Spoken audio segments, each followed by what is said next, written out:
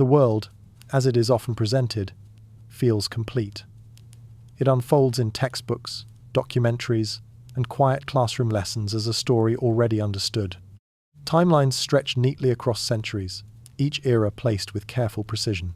Civilizations rise and fall in orderly succession, their achievements measured, their boundaries defined. It gives the impression of clarity, as though the past has been mapped in full, leaving little left to question. There is comfort in this structure. It allows the mind to rest, to believe that everything important has already been discovered, examined, and explained. Dates align, causes lead to outcomes, and the narrative moves forward with a sense of certainty. It feels stable, almost reassuring, like a finished puzzle where every piece has found its place. But the deeper one listens, the quieter details begin to shift. Not in ways that draw attention, but in subtle, almost unnoticeable inconsistencies. Small fragments that seem slightly out of position, an artifact that does not quite belong to its time. A structure whose precision feels out of reach for the tools it was supposedly built with. These moments are rarely emphasized. They appear briefly, often explained away, then gently set aside. It is not that they are hidden, they are simply not followed. History, after all, is not only about discovery, it is also about selection. What is chosen to be studied, what is preserved, and what is allowed to fade into the background all shape the final picture. The past is vast, far larger than any single narrative can contain. And so, it is filtered, simplified, organized into something that can be understood. Yet in that process, something quiet begins to take form. There are gaps that do not feel accidental. Periods where the story seems to pause, where entire stretches of time offer fewer answers than expected. Civilizations that appear suddenly, already advanced, as though they emerged from something that is no longer visible. Knowledge that seems to arrive without a clear beginning, as if it was inherited rather than discovered.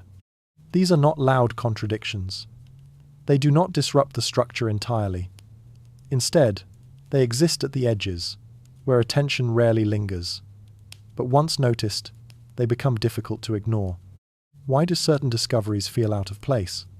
Why are some questions left unanswered, while others are explored in great detail? And perhaps more quietly, why does the absence of explanation often feel so carefully maintained? The story of the past is often presented as complete, but completeness can be an illusion. It can be created not only by what is included, but by what is excluded. When enough pieces are arranged in a convincing way, the missing ones become harder to see. There is a difference between a story that is finished and one that simply feels finished. And in that difference, a new kind of awareness begins to emerge. It is not loud or urgent. It does not demand immediate answers. Instead, it lingers as a quiet sense that something has been overlooked. That beneath the surface of what is known, there are layers that have not been fully explored. The certainty that once felt so solid begins to soften. Not because it is entirely wrong, but because it may not be complete. And as that realization settles in, gently and without resistance, the question begins to form on its own, almost as if it has been waiting to be asked. What if the history you trust was never meant to be complete? The thought does not disrupt the narrative all at once. It moves slowly, like a shadow passing across something familiar, changing its shape without altering its form. And once it appears, it becomes difficult to return to the certainty that came before. Because if even a small part of the story is missing, then the rest must be reconsidered. And as that quiet doubt begins to take hold, the story moves forward, not toward answers, but toward the fragments that do not quite fit, the pieces that remain just beyond explanation, waiting patiently to be seen. As certainty begins to loosen, attention drifts toward the edges of the story, where the details feel less stable. It is here, in these quieter corners, that certain fragments begin to stand out. Not loudly, not with the intention of being noticed, but with a quiet persistence that refuses to fully disappear. They exist in many forms. A block of stone, cut with such precision that even modern tools struggle to reproduce its exact smoothness. Surfaces that meet without gaps, angles that align with a level of accuracy that feels almost excessive for their time. These structures are often admired, photographed, studied, and yet something about them remains unresolved. The explanations offered are sufficient, but they rarely feel complete. Then, there are the maps. Drawn long before certain lands were officially discovered, they depict coastlines and shapes that should not have been known. Not perfectly, not without distortion, but close enough to raise quiet questions. How was this knowledge obtained? Where did it come from? These questions are acknowledged, but they tend to fade quickly, replaced by more comfortable interpretations. And then, perhaps most subtly, there are the stories. Ancient myths, passed through generations, often dismissed as symbolic or imaginative. Yet within them, patterns emerge, descriptions of the sky, of cycles, of forces that resemble ideas only later described through scientific language. Not exact, not technical, but suggestive, as if something was understood, then translated into a form that could survive. None of these fragments stand alone as proof of anything extraordinary. That is what makes them easy to overlook. Each one, taken separately, can be explained, adjusted, or placed back into the existing narrative. But when they are seen together, across different regions and different periods, a quiet pattern begins to form. Not a clear picture, not something that demands a conclusion, but something that lingers just beneath the surface. These fragments are not isolated. They appear in distant cultures that had no known contact. They emerge in places separated by oceans, by language, by time itself. And yet, they carry similarities that feel difficult to dismiss entirely. Precision where simplicity would have been enough, knowledge where limitation would have been expected, consistency where randomness should prevail. It does not feel like coincidence. And yet, it is rarely presented as anything else. The narrative remains careful, contained. These anomalies are acknowledged, but not connected. They are treated as individual curiosities rather than parts of a larger structure. The possibility that they might relate to one another is seldom explored in depth, as though doing so would lead beyond the boundaries of what is comfortable to consider. But the mind, once it begins to notice, does not easily stop. Why do these fragments appear in so many places, yet remain separate in explanation? Why does each one seem to hint at something more, but never fully reveal it? And perhaps more quietly, why is the pattern never allowed to fully form? There is a difference between randomness and repetition. Random details do not echo across continents. They do not appear again and again in slightly different forms, carrying the same underlying suggestion. But these fragments do. They persist, not loudly, but consistently enough to create a sense that something is being indicated, even if it is never directly stated. It is not a matter of proving anything. It is a matter of noticing what continues to appear. The precision, the knowledge, the stories, they are not identical, but they are not entirely unrelated either. They feel like pieces of something that has been separated, scattered, and left without a clear connection. And once that idea begins to take shape, however faintly, it becomes difficult to return to the idea that everything fits neatly into place. Because if these fragments exist, and if they share something in common, then their presence begins to suggest intention rather than accident. Not necessarily intention in their creation, but perhaps in their survival. As if what remains is not the complete story, but only what was allowed to remain. The thought does not arrive all at once. It settles slowly, almost gently, but with a weight that grows over time. These anomalies may not be errors in the timeline. They may be pieces of something that was never meant to be fully understood. And as that possibility lingers, quietly reshaping the way each fragment is seen, the question begins to deepen, moving beyond the fragments themselves. If these pieces exist, scattered and incomplete, then what larger truth were they once part of? And why does it feel as though it is still just out of reach? When the fragments are left where they are, separated and contained, they feel manageable. Each one can be explained within its own space, its own context, its own moment in time. But something changes when they are allowed to move, even slightly, toward one another. Connections begin to form. Not clearly at first, not in a way that demands attention, but gradually, almost quietly, the mind begins to trace lines between them. A pattern that was not visible before starts to take shape, not because it was hidden, but because it was never meant to be seen all at once.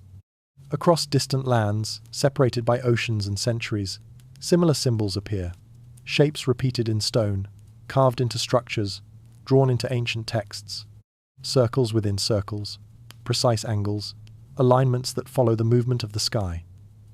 They do not carry the same names, they do not belong to the same cultures, and yet they echo one another in ways that feel strangely consistent. It is not exact repetition. It is something softer, but no less persistent. Architectural forms begin to reflect the same intention. Structures positioned with careful alignment to celestial events, built not only for function, but with a precision that suggests purpose beyond the immediate. These patterns emerge in places that, according to the established story, should have had no direct connection, and yet the similarities remain. Then there is the knowledge itself. Concepts that appear in different regions, expressed through different languages, but carrying the same underlying idea. Observations about cycles, about balance, about the relationship between what is seen and what is not. These ideas surface again and again, not as identical copies, but as variations of something shared. Individually, these details can still be explained. Together, they begin to feel less random. The mind starts to notice that what once seemed isolated may, in fact, be part of something larger. Not a single unified system that can be clearly defined, but a network of echoes, spread across time and place, carrying a sense of continuity that does not easily fit within the boundaries of conventional history. And with that realization, something subtle begins to shift. Ancient civilizations, often described as separate and developing independently, begin to feel less isolated. Their knowledge, their structures, their symbols, these may not have emerged in complete separation. There is a quiet suggestion that something moved between them, not necessarily in the physical sense, but in a way that allowed ideas to persist, to reappear, to take form again in different contexts. The pattern does not declare itself. It does not offer a clear explanation or a simple conclusion. But it lingers. Why do these similarities exist where no connection is expected? Why do certain ideas seem to emerge repeatedly, as though they are being rediscovered rather than created? And perhaps more quietly, why does the pattern feel familiar, even when it cannot be fully understood? There is a difference between invention and remembrance. Invention begins from nothing, building upward into something new. Remembrance, on the other hand, carries the sense that what is being found has existed before, waiting to be recognized again. The fragments, when seen together, begin to suggest something closer to the second. Not that ancient civilizations lacked creativity or discovery, but that some of what they understood may not have originated entirely within their own time. That knowledge may have moved through them, rather than begun with them. It is not a conclusion.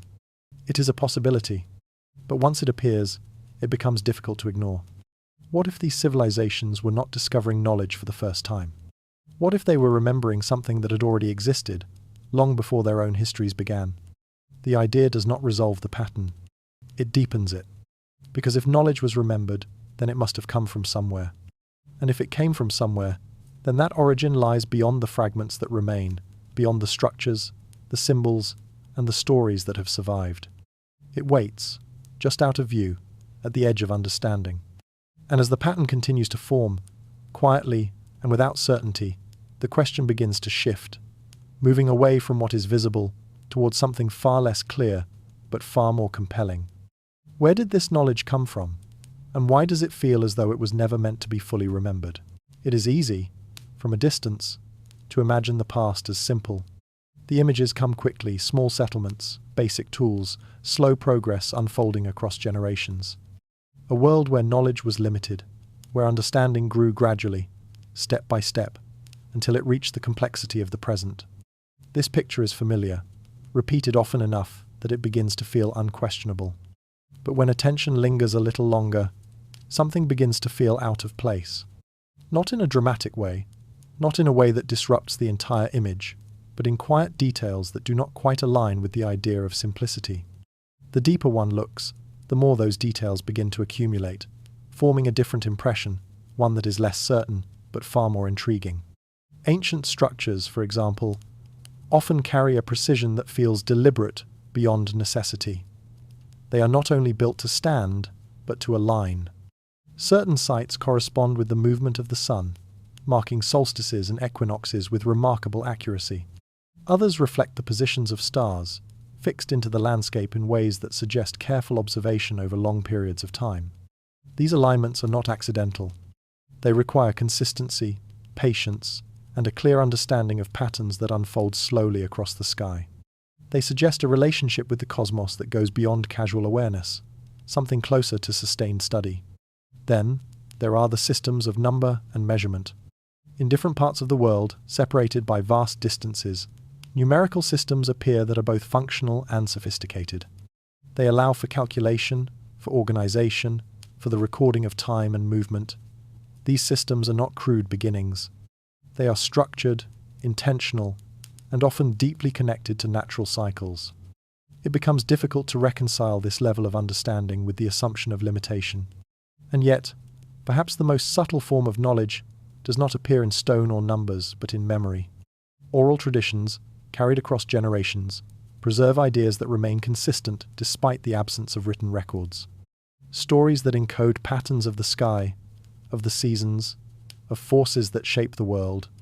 They are not always literal, not always meant to be taken as direct explanation, but within them, something persists.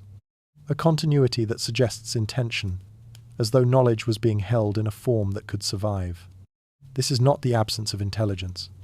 It is a different expression of it. The assumption that knowledge must look the same across time may itself be limiting. Modern understanding often relies on specific tools, on precise language, on systems designed for measurement and verification. But ancient civilizations may have approached understanding in ways that do not translate easily into those forms. Their knowledge may not have been less advanced. It may have been structured differently. When seen from this perspective, the past begins to change. It no longer appears as a distant beginning, slowly building toward the present. Instead, it becomes something more complex, layered with insights that are not always immediately visible, but no less significant.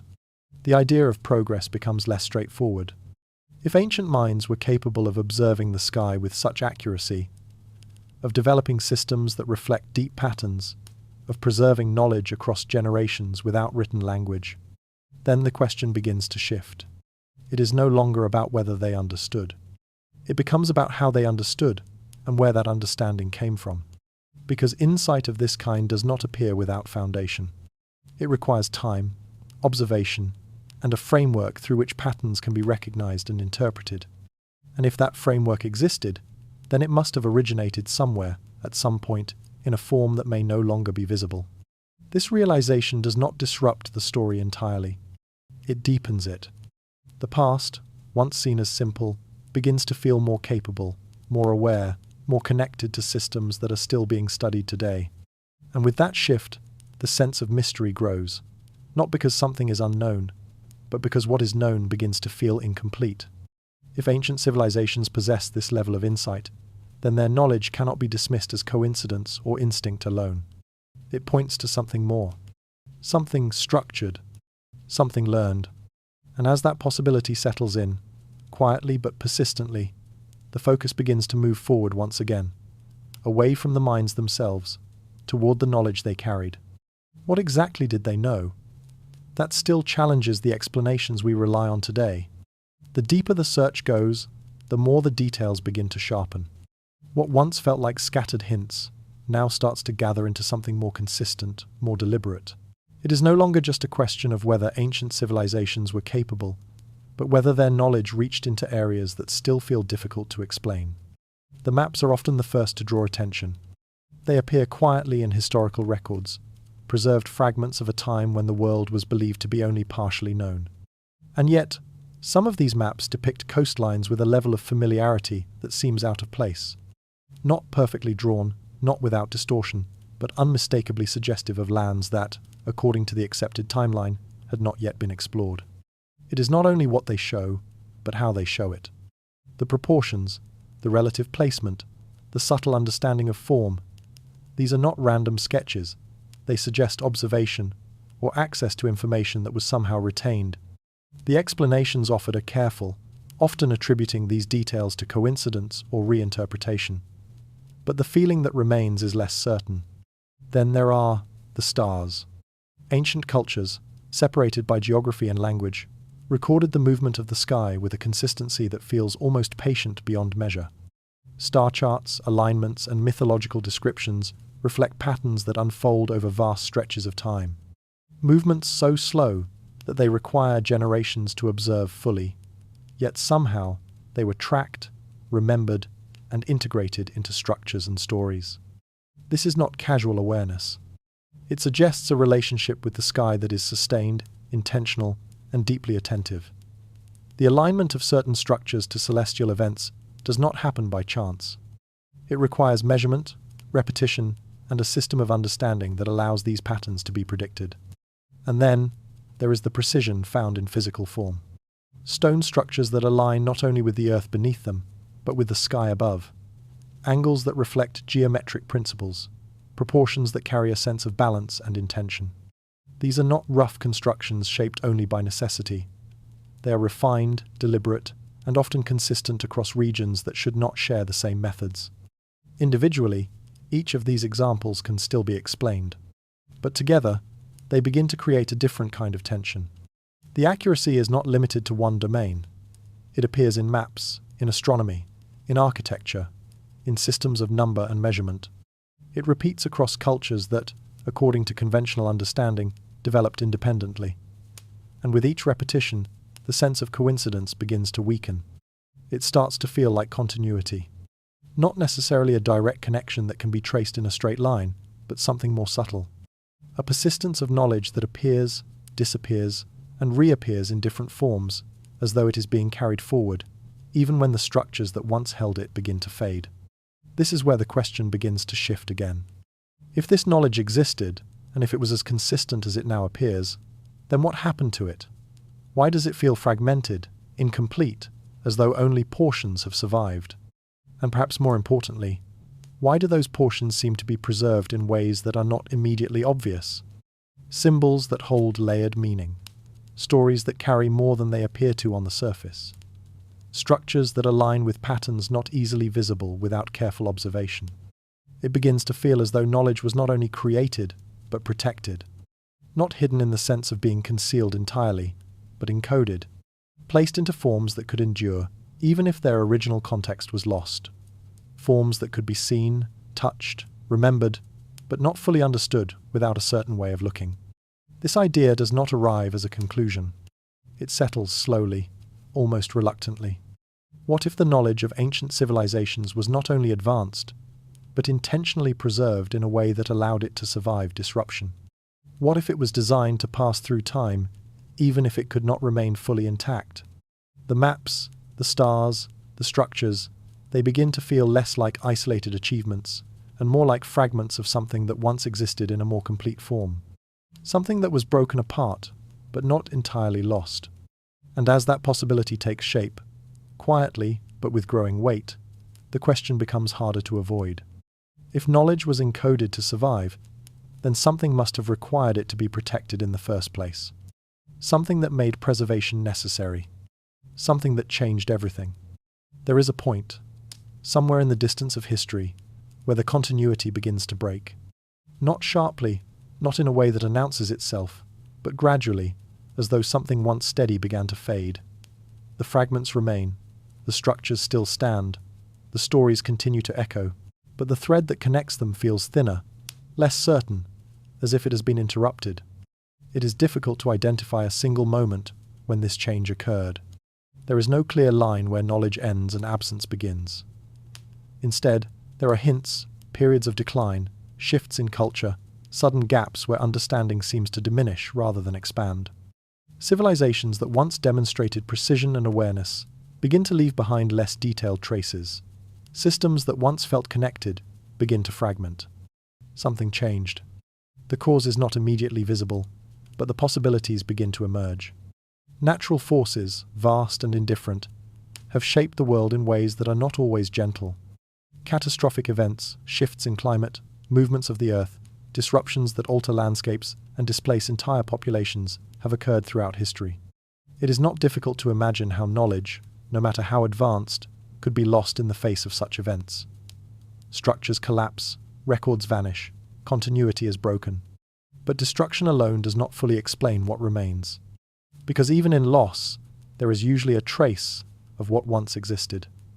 A gradual rebuilding, a continuation of understanding, even if diminished. Yet, What is seen in certain moments of history feels less like a gradual decline and more like a sudden absence, as though something was not only lost, but removed from the flow of time itself. This is where another possibility begins to take shape. Not destruction, but concealment. Knowledge that is not entirely erased, but deliberately separated. Preserved in fragments, encoded into forms that can survive, but not easily reveal their meaning. It does not disappear completely. It becomes difficult to access, difficult to interpret, requiring more than simple observation to be understood. This idea does not suggest intention with certainty, but it introduces a pattern that feels different from natural loss. If knowledge was simply destroyed, it would vanish without structure. But what remains often carries a sense of design, symbols that persist, alignments that endure, fragments that feel connected, even when their context is missing. It suggests that something was not only lost, but reorganized, scattered, perhaps to protect it, perhaps to prevent it from being fully understood, or perhaps because the conditions that once allowed it to exist no longer remained. The tone of the past begins to shift in this light. It is no longer a steady progression from simplicity to complexity, but something more fragile. A rise, a peak, and then a quiet retreat into fragments that survive without their original clarity. And with that shift comes a deeper question. Not only what was lost, but why it was allowed to be lost. Was it an unavoidable consequence of forces beyond control? Or was it something that happened with intention, whether by necessity or by choice? The answer does not present itself easily. It lingers, just beyond reach, shaped by the same absence that defines the fragments themselves. What remains is enough to suggest that something once existed at a level that is no longer fully visible. Enough to raise questions, but not enough to resolve them. A partial memory, scattered across time, waiting to be recognized, but never entirely complete. And as that realization settles in, quietly but with growing weight, the story begins to shift once more. Because if knowledge was lost, or hidden, or transformed into something less accessible, then it did not happen without reason. Someone, or something, determined what would remain, and what would be forgotten. The thought does not arrive as a conclusion. It arrives as a question that refuses to fade. What happened to a world that may have known far more than we do today? And more quietly still, who decided which pieces of that world would survive, and which would disappear into silence? When something disappears from the surface of history, it does not always vanish completely. Sometimes, it changes form. The fragments that remain, the symbols, the structures, the stories, suggest that knowledge did not simply end. It shifted, moving away from open visibility into quieter, less obvious paths. And within those paths, a different kind of presence begins to emerge. Not loud, not dominant, but steady. There are traces of it in places that do not immediately draw attention. Philosophical traditions that speak in layered meanings, where ideas unfold gradually, revealing more than they first appear to say. Teachings that are passed not through written instruction alone, but through careful guidance, requiring time, patience, and a certain readiness to understand. These are not systems built for quick access. They are designed to be approached slowly. Then, there are the rituals. Repetitions of movement, of sound, of structure that carry a sense of continuity.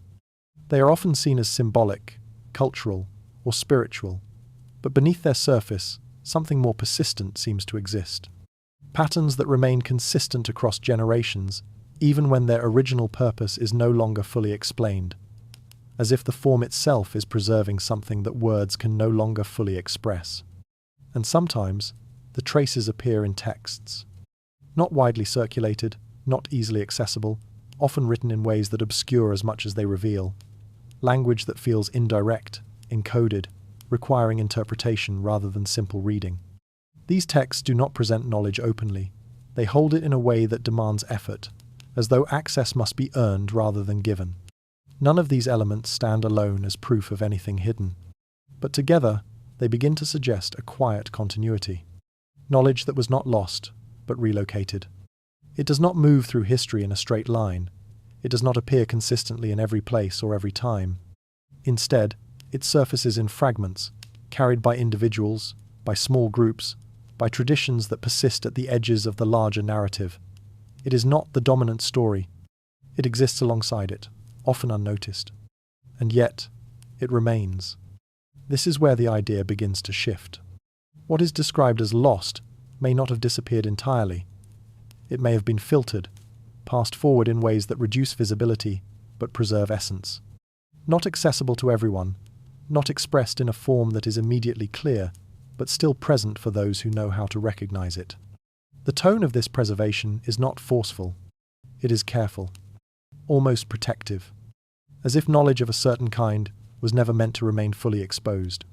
Not necessarily because it is dangerous, but because it requires context, understanding, and perhaps a certain level of readiness to be approached without distortion. This introduces a different kind of tension. If knowledge survived in this way, then it was not an accident. It suggests intention, even if that intention is not fully understood. Someone, or some group, chose to carry it forward, to preserve it in forms that could endure, even if they were no longer widely recognized. Not to reveal everything, but not to let it disappear either. This balance is subtle, but it changes the way the past is seen. The absence of knowledge in the mainstream narrative no longer feels like complete loss. It begins to feel like distance, a separation between what is visible and what is quietly maintained beyond it. And once that possibility settles in, it becomes difficult to ignore. Because if knowledge was preserved, even in fragments, even in hidden forms, then it raises a question that moves beyond the past itself. Why was it hidden? And perhaps more importantly, from whom was it being protected? If knowledge was preserved, it was not always preserved in words. Words change. They shift across time, across languages, across cultures. Their meanings soften, evolve, and sometimes disappear entirely. A sentence that once carried precision can become unclear, misinterpreted, or forgotten. If something was meant to endure beyond those changes, it would need a different form. Something more stable. This is where symbols begin to take on a different significance. Across ancient cultures, separated by distance and history, similar patterns appear again and again. Geometric shapes carved into stone, repeating motifs embedded in structures, figures and forms that seem familiar, even when their context is no longer fully understood. They are often described as decorative, symbolic, or spiritual, but there is something about their consistency that suggests a deeper purpose. They do not appear randomly. They are placed with intention. A circle is not just a shape. It appears in relation to other forms, often connected to cycles, to movement, to continuity. Triangles, lines, spirals, each recurring, each arranged in ways that feel structured rather than arbitrary. These patterns are not confined to a single region or a single tradition. They emerge across different cultures, carrying variations of the same underlying design. It begins to feel less like expression and more like communication. Not communication in the way language is used today, but something quieter, something that does not rely on direct explanation. A system that conveys meaning through structure, through relationship, through form. This kind of system does not require translation in the usual sense. It requires recognition. The meaning is not always visible at first glance. It does not announce itself. Instead, it remains beneath the surface, accessible only to those who take the time to observe, to compare, to notice the repetition and the placement. It is not hidden completely, but it is not immediately revealed either. This creates a different kind of preservation. Knowledge that is not lost when language changes. Knowledge that survives even when cultures shift, when stories evolve, when direct explanations fade. It remains embedded in something more permanent, something less dependent on context. Architecture carries this quality as well. Structures aligned with the sky, positioned with precision, that reflects patterns not easily seen without careful attention. These alignments are not explained within the structures themselves. They are experienced, observed, and understood only when the relationship between form and environment is recognized. Myths, too, begin to reflect this pattern.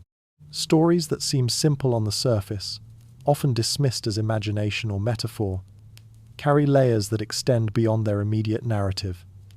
Figures that represent more than characters. Events that mirror cycles, forces, and relationships that are not always explicitly stated. The story becomes a container, holding something that can survive even when its deeper meaning is no longer fully understood. This is not accidental. It suggests intention. A method of preservation that does not rely on clarity, but on endurance. A way of holding knowledge in forms that can pass through time, even if they are not immediately recognized for what they contain. And as this idea settles in, something begins to shift again. The symbols that once seemed decorative begin to feel purposeful. The patterns that once felt familiar begin to carry a different weight. It becomes possible that these forms are not simply remnants of the past, but active carriers of something that still exists. Something that has not been lost, only unrecognized. The realization is subtle, but it grows. What if the knowledge of ancient civilizations was never written in a way that could be easily erased? What if it was placed into forms that could survive, not by being hidden, but by being overlooked? It would not need to be concealed entirely. It would only need to remain just beyond understanding. And if that is the case, then the symbols that appear across time and culture are not just echoes of the past. They are part of a system that continues to exist, even now, embedded in structures, in stories, in patterns that are seen but not fully understood. The thought lingers, quiet but persistent. Because if this system was created, if knowledge was encoded in this way, then it leads to a deeper question, one that begins to move beyond the symbols themselves. Who created this language? And what were they trying to preserve? Not all knowledge moves quietly through symbols and stories. Sometimes it surfaces through individuals. Across different periods of history, there have been those who seem to see a little further than others. Not in a way that set them apart immediately, but in the ideas they carried. Concepts that did not fully align with what was accepted. Observations that felt slightly ahead of their time, as though they were drawing from something not yet widely understood. At first, these ideas often appear as simple questions. A different way of looking at the world. A suggestion that something familiar might not be as fixed as it seems. These moments do not always create disruption right away. They begin quietly, often overlooked, sometimes even dismissed. But when they persist, something begins to change. The pattern becomes noticeable. Those who continue to follow these ideas, who move closer to deeper layers of understanding, often encounter resistance. Not always direct, not always obvious, but present in different forms. Their work is questioned more intensely. Their conclusions are set aside. Their presence becomes less visible over time. In some cases, their ideas are absorbed but altered. In others, they fade entirely. It does not happen in exactly the same way each time. That is what makes it difficult to define. And yet, when viewed from a distance, the pattern begins to take shape. There are moments where knowledge seems to approach a threshold, where understanding begins to move beyond what is familiar, beyond what is comfortable. And at that threshold, something shifts. Progress slows, attention turns elsewhere, or the idea itself becomes fragmented, losing its original clarity. It is not always clear why. Resistance can be natural. New ideas often challenge established beliefs, and the process of questioning takes time. But there is a difference between resistance that leads to refinement and resistance that leads to disappearance. This is where the tension begins to deepen. Why do certain ideas struggle to remain visible, even when they carry a sense of coherence? Why do some paths of understanding seem to close just as they begin to open? And perhaps more quietly, why does this pattern repeat across time? The individuals themselves are not always remembered in full. Their names may fade, their contributions reduced to fragments, their original intent softened or reinterpreted. What remains is often incomplete, like an echo of something that was once clearer. It creates the impression that knowledge does not always move freely, that certain directions of thought encounter boundaries that are not easily crossed. This does not immediately suggest control, but it begins to suggest limitation, a shaping of what continues and what does not. And within that shaping, a more complex possibility begins to emerge. What if certain knowledge has always been considered dangerous? Not because it is false, but because it changes the way reality is understood. Understanding is not neutral. It influences perception, behavior, and the structures that hold societies together. If a form of knowledge alters that foundation, it does more than add information. It shifts the way everything is seen. And that kind of shift is not always welcomed. Not necessarily out of fear, but out of the need for stability. Systems depend on shared understanding. They rely on continuity, on patterns that can be maintained. Anything that disrupts those patterns carries consequences that extend beyond the idea itself. This introduces a different perspective. Perhaps knowledge is not only hidden to protect it, perhaps it is also controlled to protect something else. The balance between what is known and what remains beyond reach may not be accidental. It may be part of a structure that has existed quietly, shaping the flow of information across time. The realization does not arrive with certainty. It remains open, unresolved. But it carries weight. Because if knowledge can be guided, limited, or redirected, then the story of the past is not only about discovery and loss, it is also about choice. What is allowed to remain? What is allowed to fade? And as that thought begins to settle, quietly but persistently, the narrative moves beyond individuals, toward something larger, toward the systems, the forces, and the structures that may have shaped not only what humanity knows, but what it was ever meant to know. History often feels like something solid. It is presented as a record, a careful account of what has happened, preserved and organized so it can be understood. Events are arranged in sequence, causes connected to outcomes, conclusions drawn from evidence that appears stable and reliable. It gives the impression of completeness, as though the past has been gathered and placed into a form that can be trusted. But a record is never simply what exists. It is what is chosen. Every piece of history that is known has passed through a process. It has been discovered, interpreted, recorded, and preserved. At each stage, decisions are made: what is considered important, what is considered relevant, what is allowed to remain visible. These decisions are not always intentional in a deliberate sense. They are often shaped by perspective. What one generation values, another may overlook. What one culture emphasizes, another may not recognize at all. Over time, these layers of interpretation begin to settle, forming a narrative that feels natural, even inevitable. But beneath that surface, the structure is more selective than it appears. Not everything is preserved. Not everything is recorded. And not everything that is recorded is given equal attention. Some discoveries are studied extensively, becoming central to the understanding of the past. Others are noted briefly, then set aside, not because they lack significance, but because they do not fit easily within the existing framework. The narrative, once it begins to take shape, has a tendency to maintain its own consistency. This is not deception. It is curation.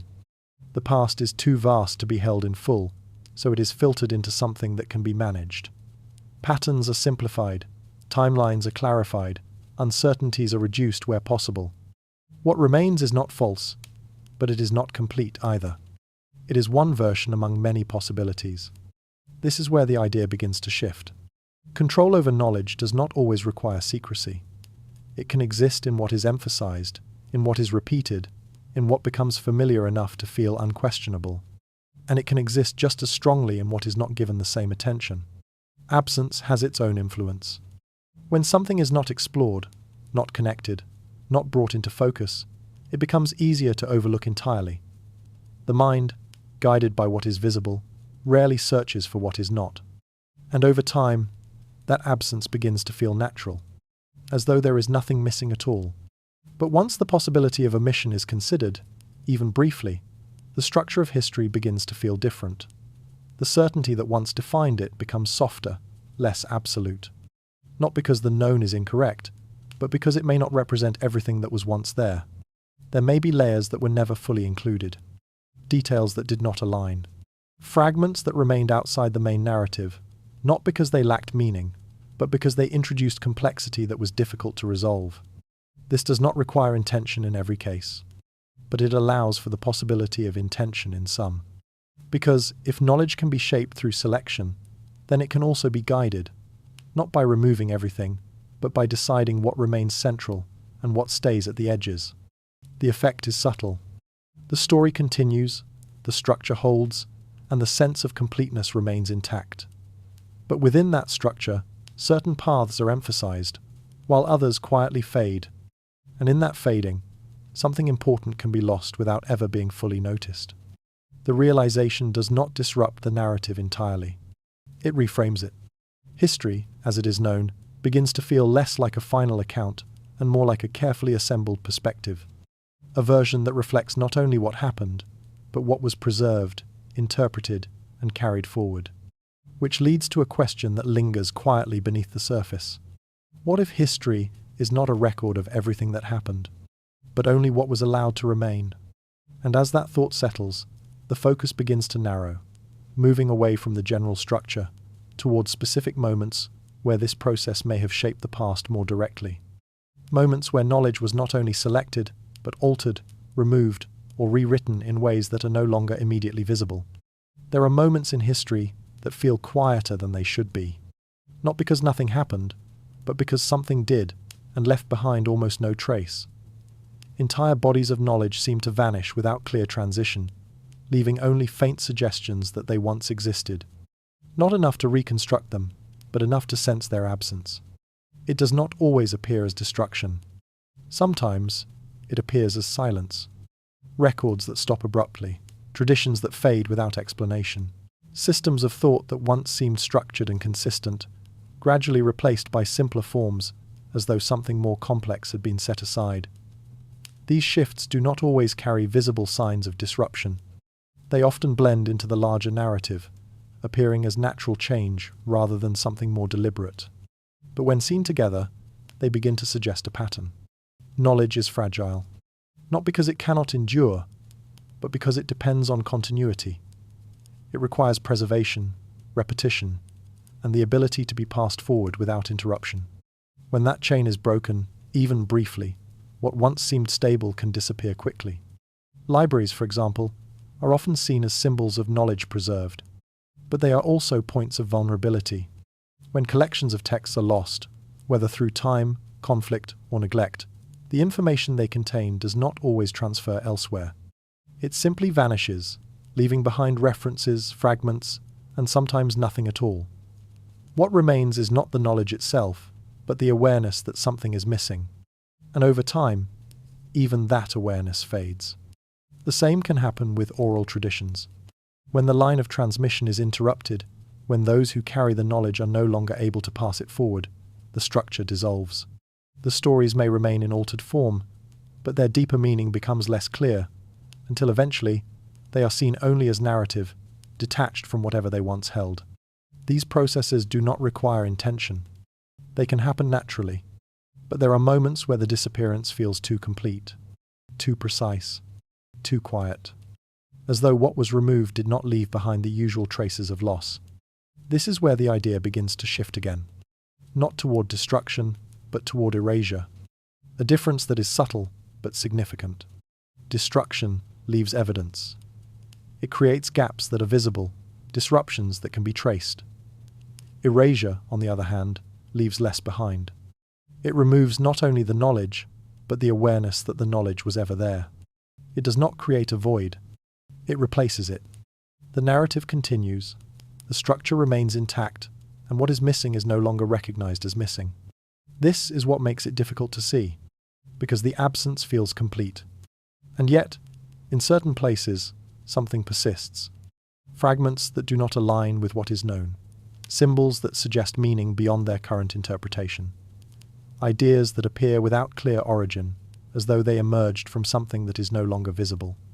These fragments are not enough to reconstruct what was lost, but they are enough to suggest that the loss was not total. Which leads to a different possibility. What if the most important knowledge was never destroyed completely? What if it was broken apart, scattered into pieces that could survive, but not easily connect? Fragments placed in different contexts, different cultures, different forms, so that no single perspective could fully assemble them. Each piece would remain, visible and accessible, but incomplete on its own. This would not eliminate the knowledge. It would prevent it from being fully understood. The idea settles slowly, but it carries a quiet weight. Because if knowledge was fragmented in this way, then what remains today is not random. It is part of a structure that once existed in a more complete form, now divided into parts that are difficult to bring back together. The absence, then, is not empty. It is structured. And once that possibility begins to take shape, the focus begins to shift again. Away from what is missing, and toward what remains. Because if the fragments still exist, scattered and incomplete, then they may still be found. And the question becomes harder to ignore. Where are these pieces now? And what would happen if they were finally seen as parts of the same whole? The search for what remains does not always lead backward. Sometimes it leads here. The fragments that once seemed distant, scattered across ancient landscapes and forgotten traditions, begin to appear in places that feel familiar. Not in their original form, not in a way that draws immediate attention, but in patterns that persist quietly beneath the surface of the modern world. They are easy to overlook, because they do not present themselves as ancient. They appear integrated, natural, part of systems that feel contemporary, even ordinary. Concepts that are used without question, symbols that are seen without reflection, structures that are experienced without being fully examined. They exist in plain sight, yet rarely invite deeper consideration. But when attention shifts, even slightly, something begins to change. Certain ideas carry a sense of continuity that feels older than their current expression. Patterns that appear logical today may echo something that was understood long before they were formally defined. Systems that seem modern in structure may reflect principles that have been observed, repeated, and preserved across time. This does not mean that the present is simply repeating the past. It suggests something more subtle. That knowledge has adapted. Rather than remaining fixed in a single form, it has shifted, reshaped itself to fit new contexts, new languages, new ways of thinking. What once existed as symbol may now exist as concept. What was once embedded in story may now appear as theory. The form changes, but the underlying pattern remains. This makes it difficult to recognize, because recognition often depends on familiarity, and familiarity tends to focus on surface differences rather than deeper similarities. The modern world, with its emphasis on progress and distinction, does not always encourage looking for continuity with what came before. And yet, that continuity may still be there. Not in a direct, obvious way, but woven into the structures that define understanding. Ideas about balance, cycles, relationships between systems, these are not new, even when they are presented as discoveries.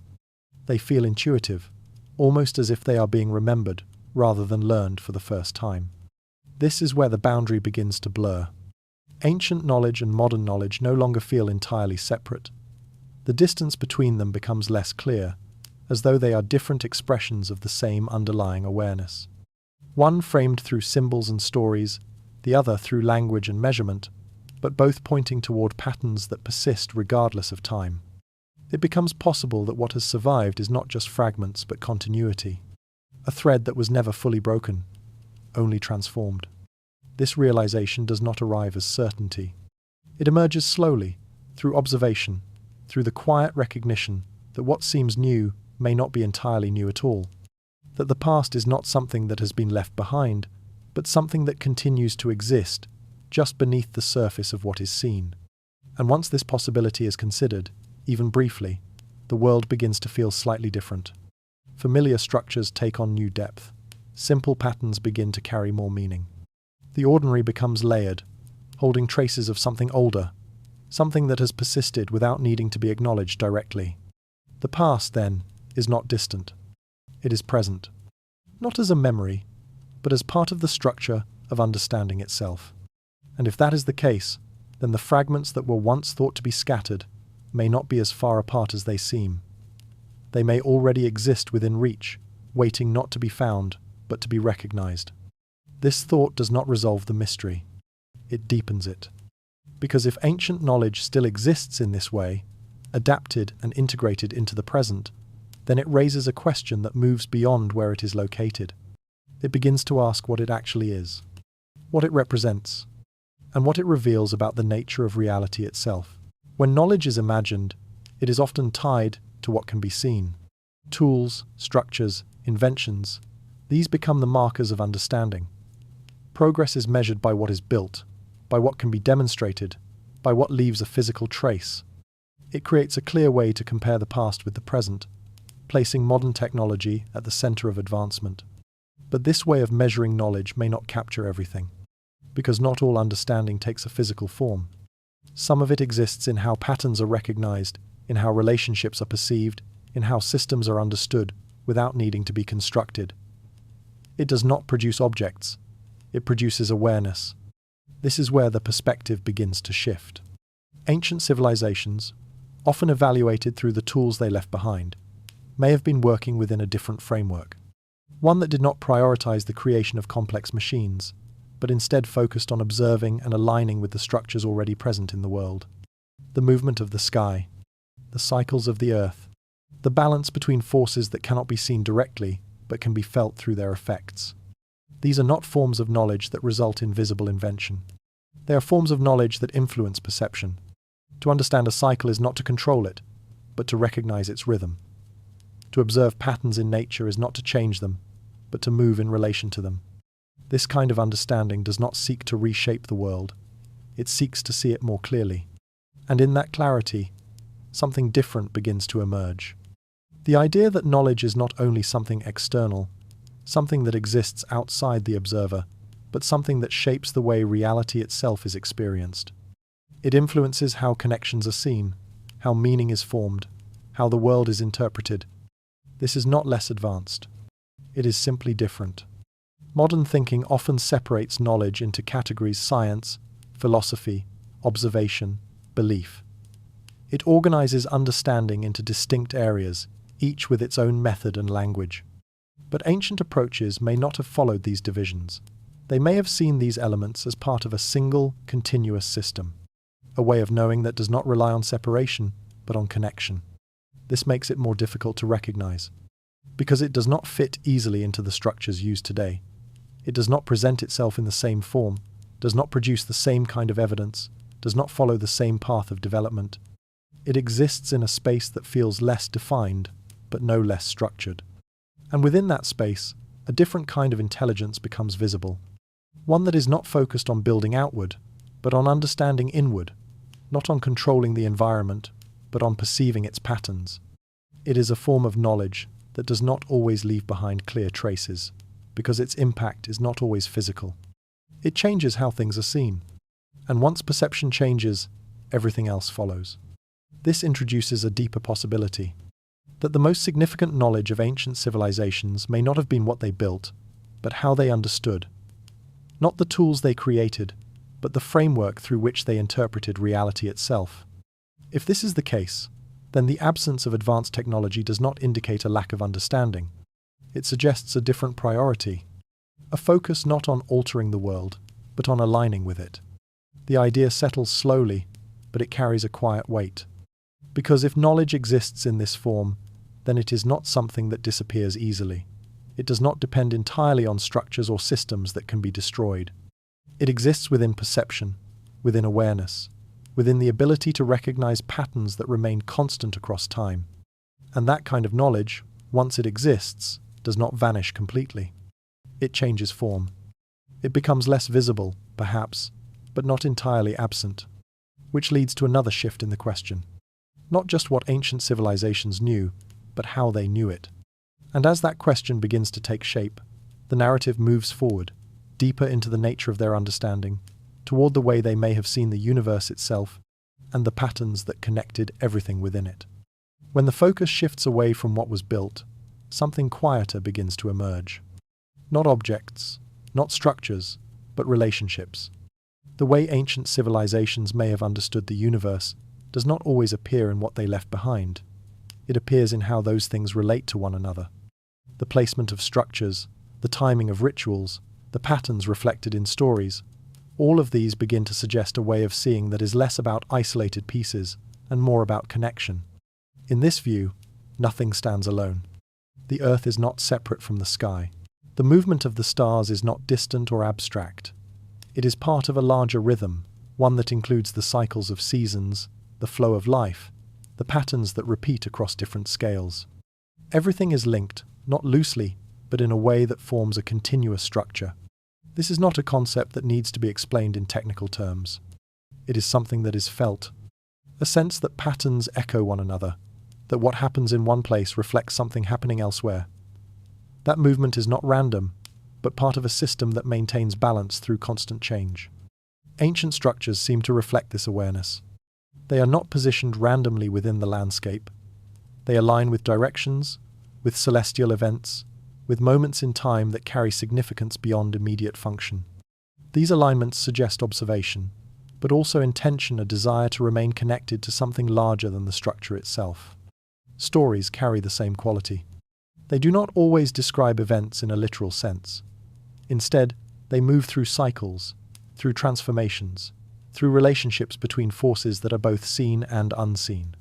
These stories are often interpreted as symbolic, but the patterns within them remain consistent, suggesting that they may be pointing towards something more fundamental.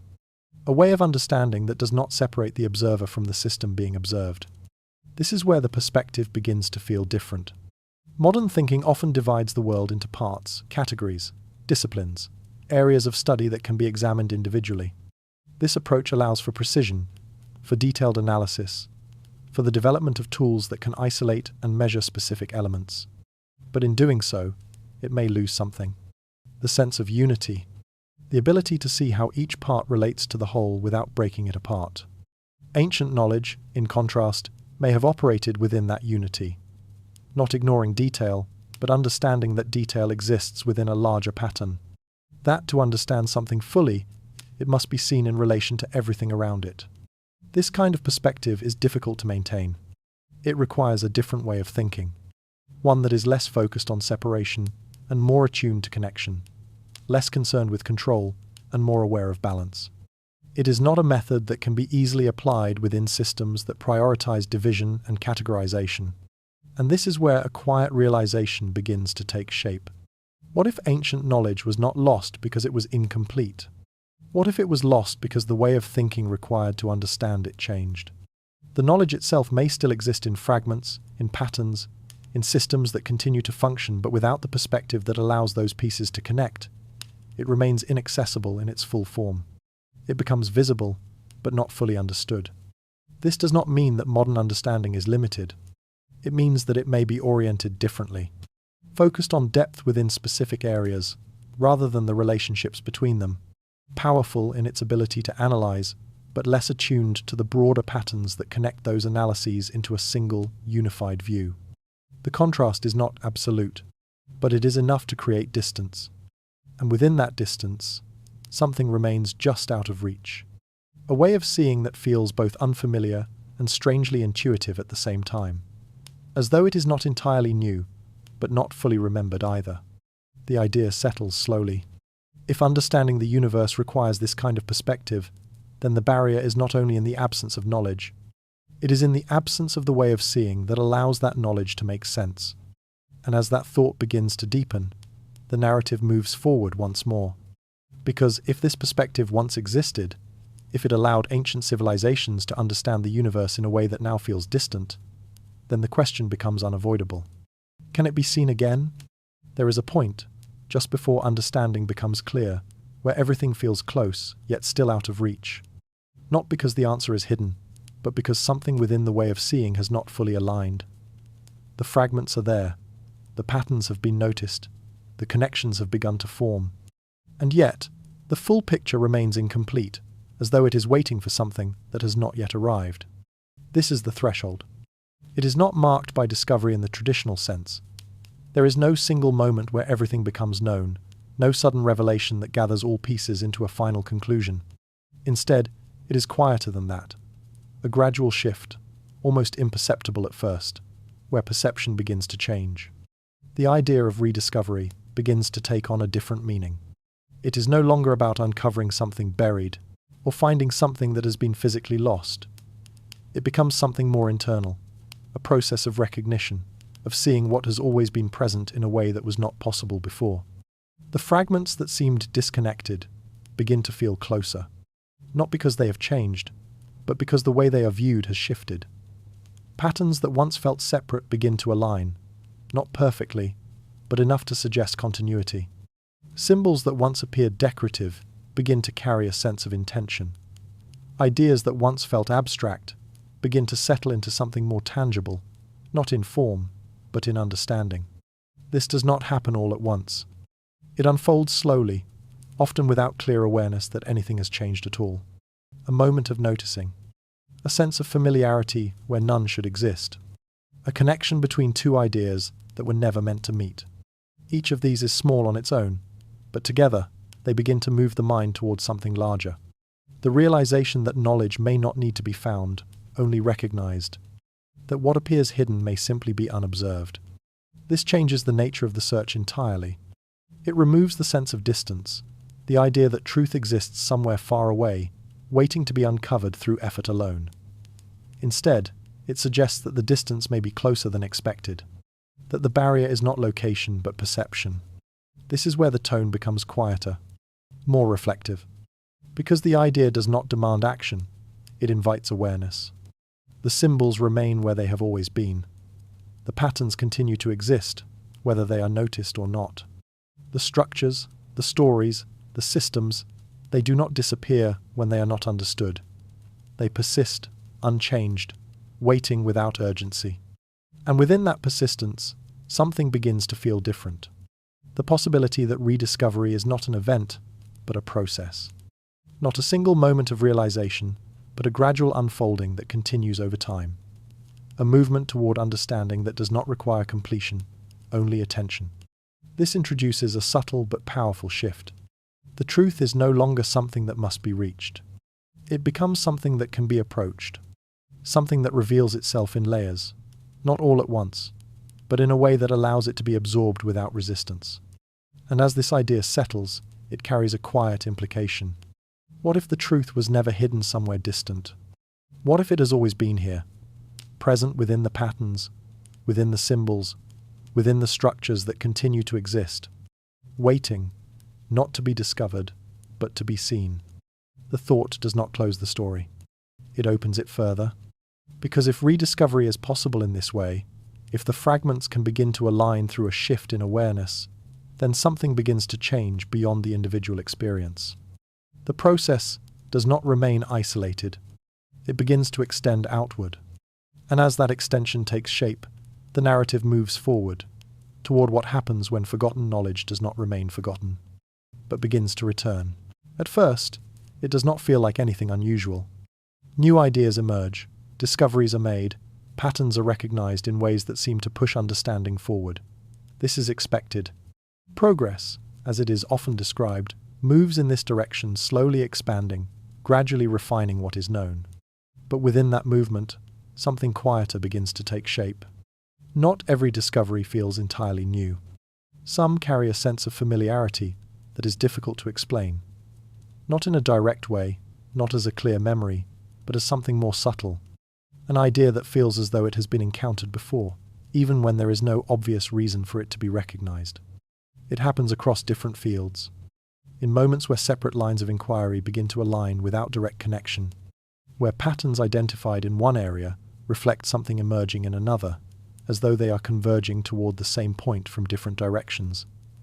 These alignments are not planned, they are not coordinated, and yet they appear with a consistency that begins to feel intentional. Not forced, but natural, as if the conditions have shifted in a way that allows certain ideas to surface at the same time. This is where the tone begins to change.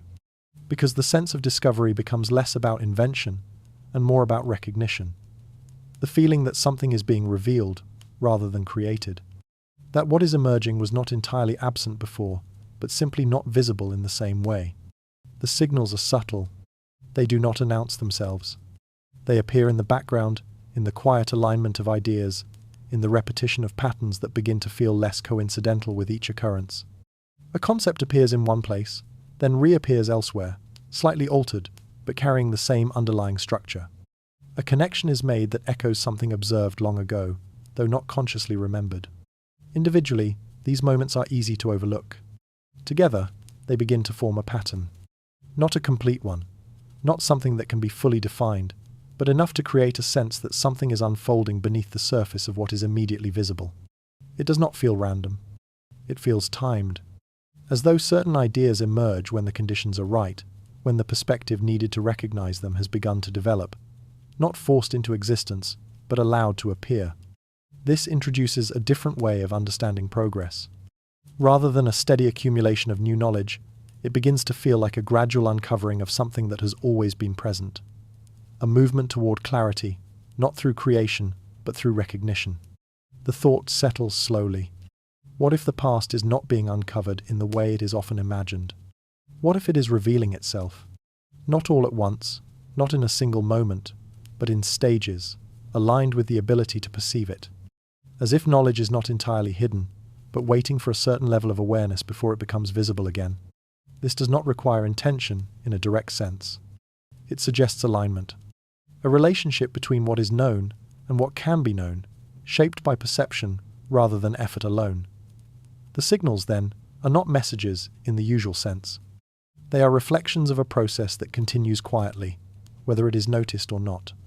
And once this idea begins to take hold, even lightly, the pattern becomes harder to ignore. Because the sense of familiarity does not disappear. It deepens. Each new discovery carries with it a subtle echo, a feeling that it is not entirely new, that it connects to something that has existed before, even if that connection is not fully understood. The question begins to shift again. Not just what is being discovered, but how it is being recognized. And more quietly still, whether the act of discovery is something else entirely. Because if these signals are not random, if they appear in alignment with awareness, then the process may not be about finding something new. It may be about remembering something that was never fully lost. And as that possibility begins to form, quietly but with increasing clarity, the narrative moves forward once more, toward a question that becomes difficult to avoid. Are we discovering knowledge? Or remembering it? There are moments that do not fit easily into explanation. They arrive quietly, without warning, and yet they carry a sense of certainty that feels strangely complete. A pattern is seen, an idea is understood, and for a brief instant, it feels less like learning and more like remembering. Not in a literal sense, not as a clear recollection, but as something deeper, a recognition without memory.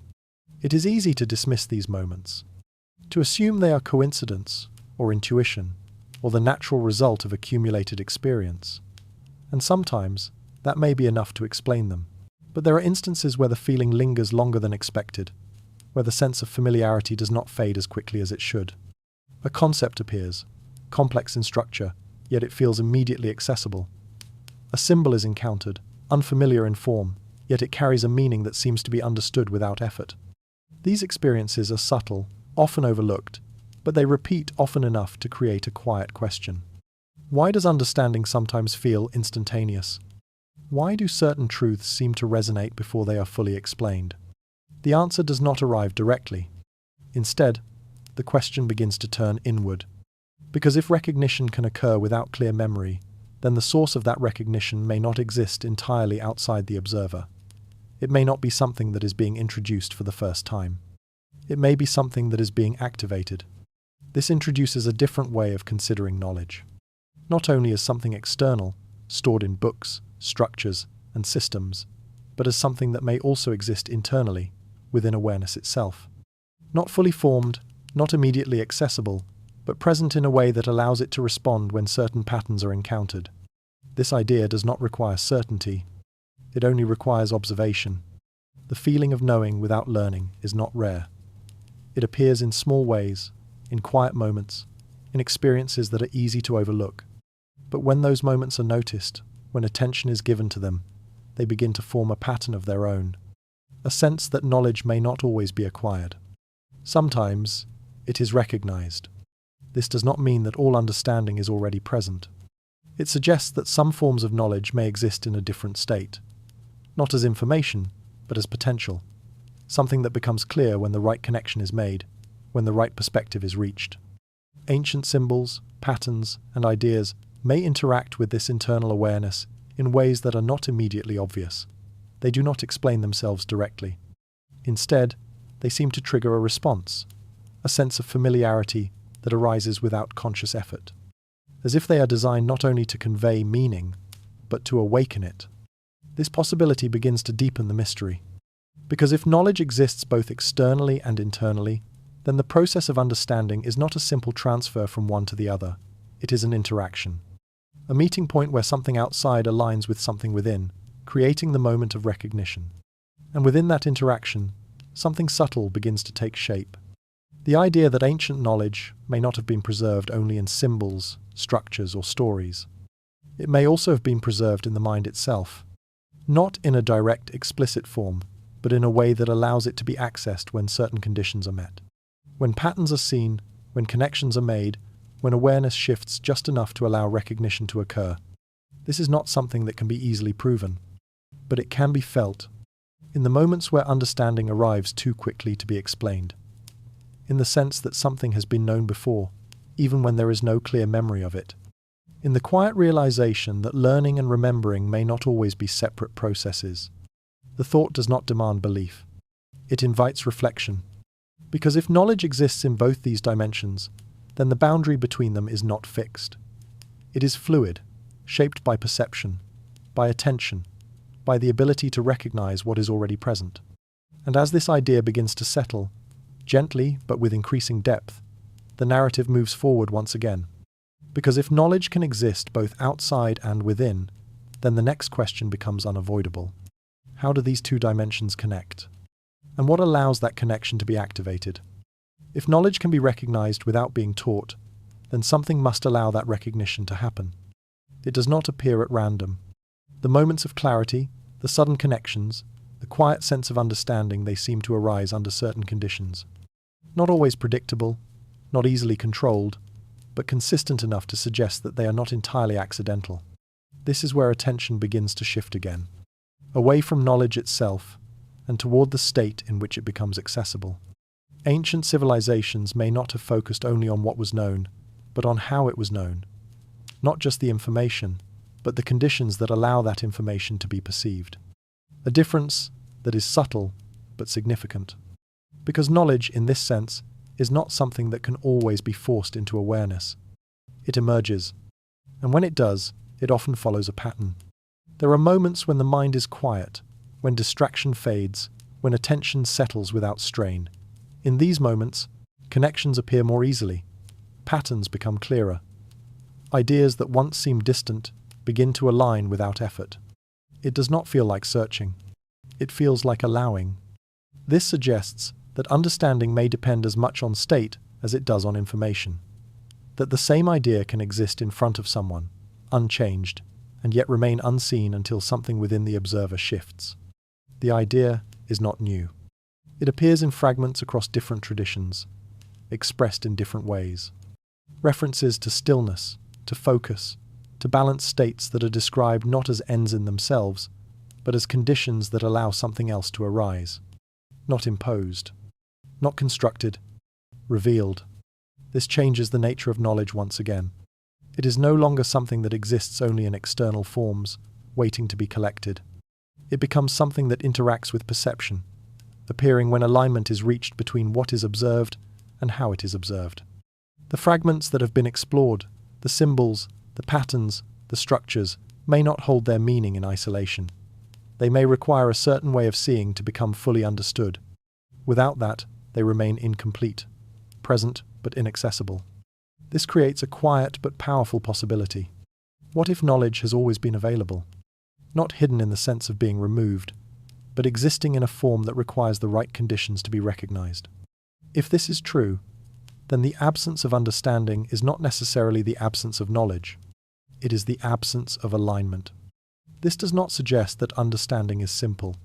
It suggests that it is dependent on timing, on perspective, on a readiness that cannot always be measured or controlled.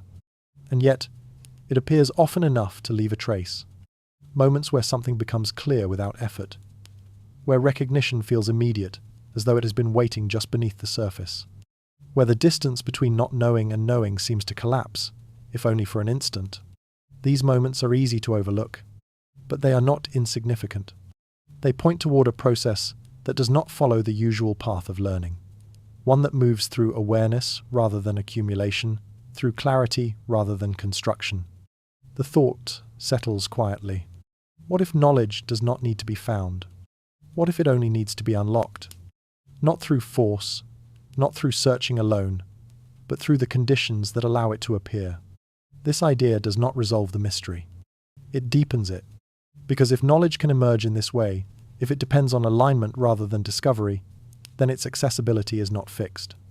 It can expand, shift, become available in ways that are not entirely predictable. And with that possibility comes a new question.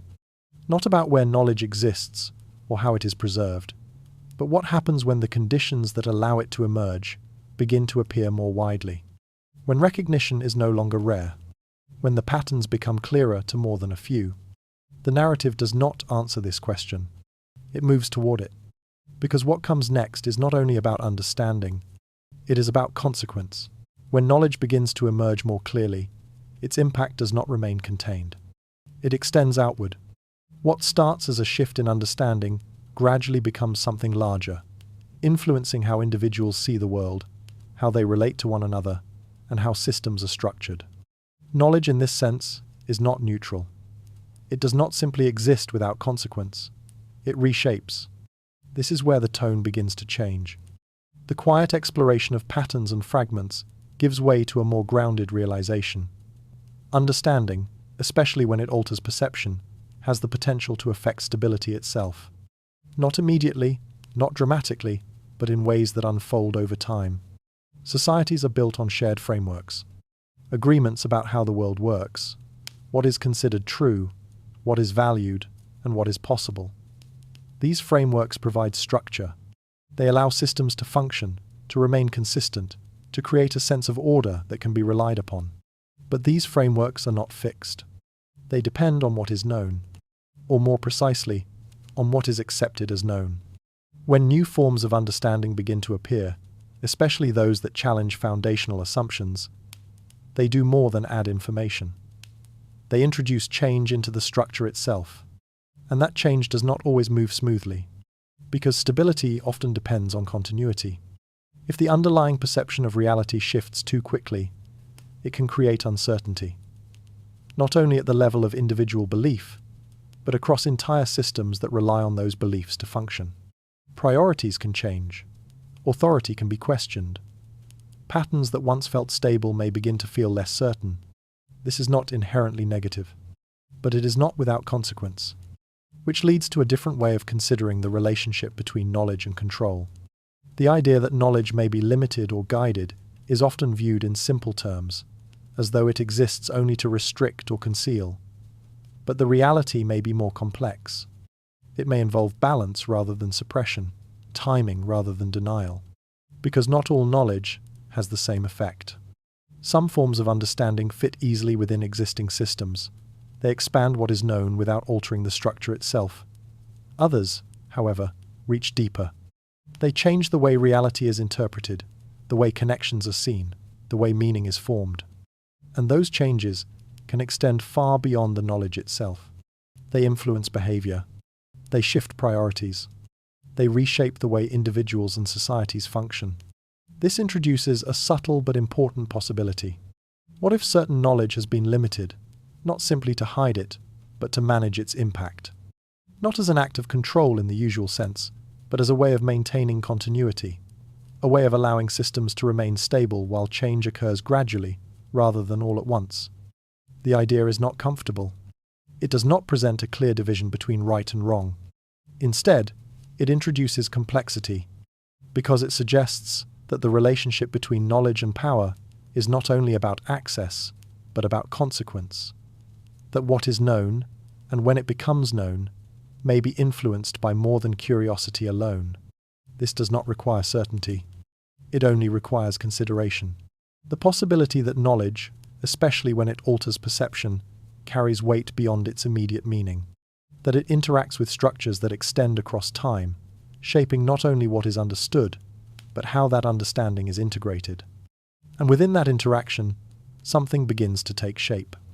A balance between revelation and stability, between what is seen and what remains just beyond reach. The thought lingers quietly. What if some knowledge is not hidden to control, but to protect? Not necessarily to protect individuals, but to protect the structure of the world as it is currently understood. This does not resolve the question. It deepens it. Because if knowledge and power are connected in this way, then the patterns seen throughout history may not be random. They may reflect moments where new understanding approached a threshold, and something within the system responded. Not always by force. Sometimes by resistance. And as that idea begins to settle, the narrative moves forward once again. Toward those moments. Toward the points in history where understanding shifted, and where the response to that shift revealed something about the balance between knowledge and power itself. Whenever something new begins to take shape, it rarely moves forward without friction. Not because it is wrong, but because it is unfamiliar. Ideas that challenge existing understanding do not arrive into empty space. They enter systems that are already structured, already balanced around what is known. And within those systems, even a small shift can create tension. This is where resistance begins. It does not always appear as opposition in a direct or forceful sense. Often, it is quieter than that. A hesitation, a questioning, a reluctance to accept something that does not immediately align with what has already been established. It can take the form of doubt, of skepticism, of careful scrutiny that slows the movement of new ideas. This response is not unusual. In many ways, it is necessary. Without resistance, any idea, regardless of its accuracy, would move freely into acceptance. Systems would shift too quickly, without time to evaluate, to test, to integrate. Stability would be difficult to maintain, and the structure that holds understanding together would become unpredictable. Resistance, then, serves a purpose. It creates a pause, a space where new ideas must be examined, refined, and, in some cases, challenged. It ensures that what becomes accepted has passed through a process, rather than being adopted without consideration. But this process does not always unfold evenly. There are moments when resistance seems stronger than expected, when ideas that carry coherence, that align with observable patterns, still struggle to remain visible. They are not always rejected outright, but they are delayed, questioned more intensely, or gradually pushed to the edges of attention. This creates a pattern, not one that is immediately obvious, but one that becomes clearer over time. Significant shifts in understanding often encounter a period of tension, a phase where acceptance is slow, where the idea exists but is not fully integrated. It remains present, but not central. This does not necessarily indicate suppression. It reflects something deeper, the relationship between what is known and what can be known. Ideas that fit within existing frameworks move more easily. They extend the structure without altering it. But ideas that reach beyond those frameworks require something different. They ask for change, not just in knowledge, but in perception. And that kind of change is not immediate. It takes time for a system to adjust, for new understanding to find a place within the structure without disrupting it entirely. Resistance, in this sense, is not only opposition, it is a form of regulation, a way of managing the pace of change. This introduces a subtle but powerful shift in perspective. What if resistance is not simply an obstacle to knowledge? What if it is part of the system that shapes how knowledge spreads? This does not make resistance either right or wrong. It makes it functional, a filter that determines which ideas endure, which ones adapt, and which ones fade. Not all ideas that encounter resistance disappear. Some persist, gradually becoming clearer, more refined, more aligned with the structures they seek to enter. Others do not. They remain at the edges, not because they lack validity, but because the conditions for their acceptance have not fully formed. This creates a cycle. Knowledge emerges. Resistance responds. Time passes. And eventually, what remains is either integrated or set aside. But the process itself continues. The tension between innovation and stability does not resolve. It repeats, shaping the way understanding evolves across generations. Each shift follows a similar pattern, though never in exactly the same way. And within that pattern, something begins to stand out. There are moments when resistance is not enough. When ideas reach a point where they can no longer be contained within the existing structure. When the accumulation of understanding begins to exceed the capacity of resistance to hold it back. These moments are rare, but they change everything. The question then begins to shift once more. If resistance plays a role in shaping how knowledge spreads, if it filters and regulates the process, then what happens when that process reaches its limit? When resistance can no longer contain what is emerging? The narrative does not answer immediately. It moves toward that point. Because what lies there is not only about knowledge. It is about transformation. There comes a moment when something quiet begins to gather weight. Not all at once, not in a way that announces itself clearly, but through accumulation. Small realizations, subtle connections, repeated patterns that begin to align in ways that feel less coincidental with each passing moment. At first, these shifts are easy to overlook. They exist at the edges of awareness, noticed briefly, then set aside. But they do not disappear. They return, often in slightly different forms. A question that seems familiar, an idea that echoes something encountered before, a pattern that appears in more than one place, linking concepts that were never expected to connect. Individually, these moments remain small. Together, they begin to change something deeper. More people start to notice. Not in a coordinated way, not through a single source, but through independent observation. Similar thoughts begin to emerge in different places, across different perspectives, as though they are being approached from multiple directions at once. The fragments that once felt isolated begin to feel closer, more aligned, as if they are part of something that is slowly assembling itself. This is where the shift becomes harder to ignore. It is not sudden. It does not arrive as a single revelation. It builds. A gradual movement beneath the surface, where understanding begins to expand in ways that are not entirely controlled or directed. The questions become more frequent. The connections become clearer. The sense that something larger is forming becomes difficult to dismiss entirely. And with that, the tone begins to change. There is a quiet intensity now.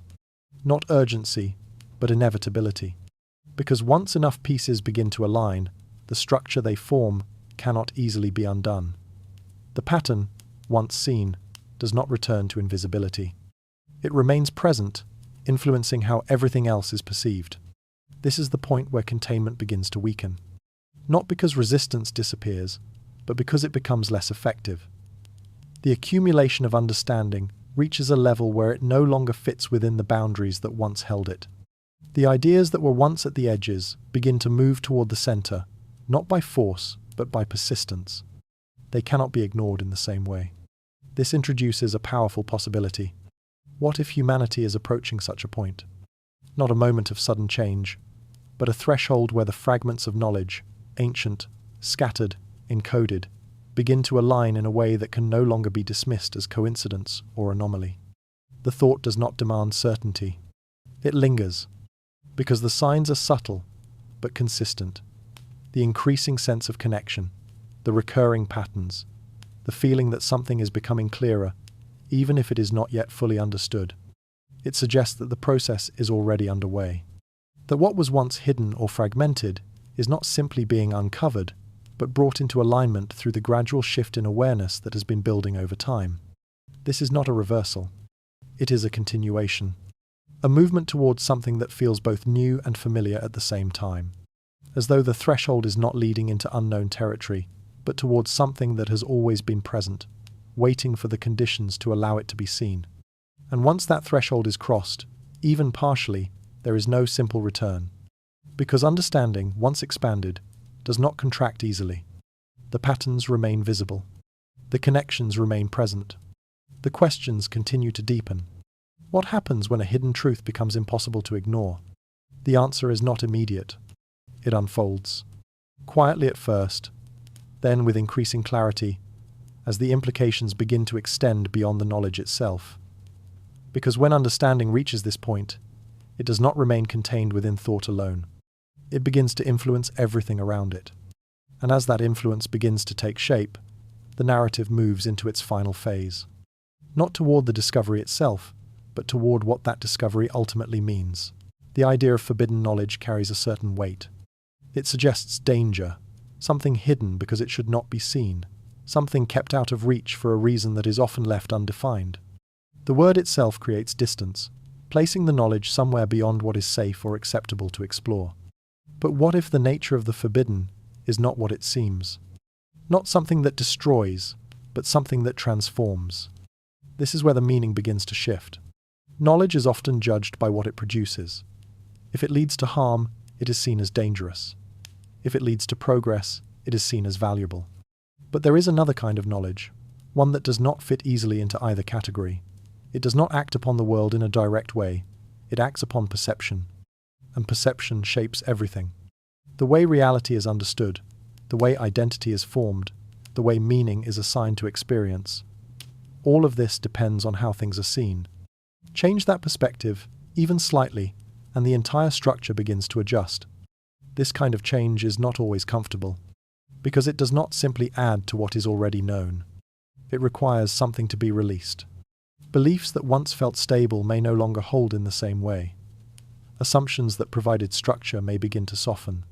The sense of certainty that once defined understanding becomes less fixed, more open, more fluid. This is not destruction. It is transformation. But transformation, especially at a deep level, can feel unsettling. Not because it is harmful, but because it moves beyond what is familiar. It removes the boundaries that once made understanding feel secure. And within that movement, something important begins to emerge.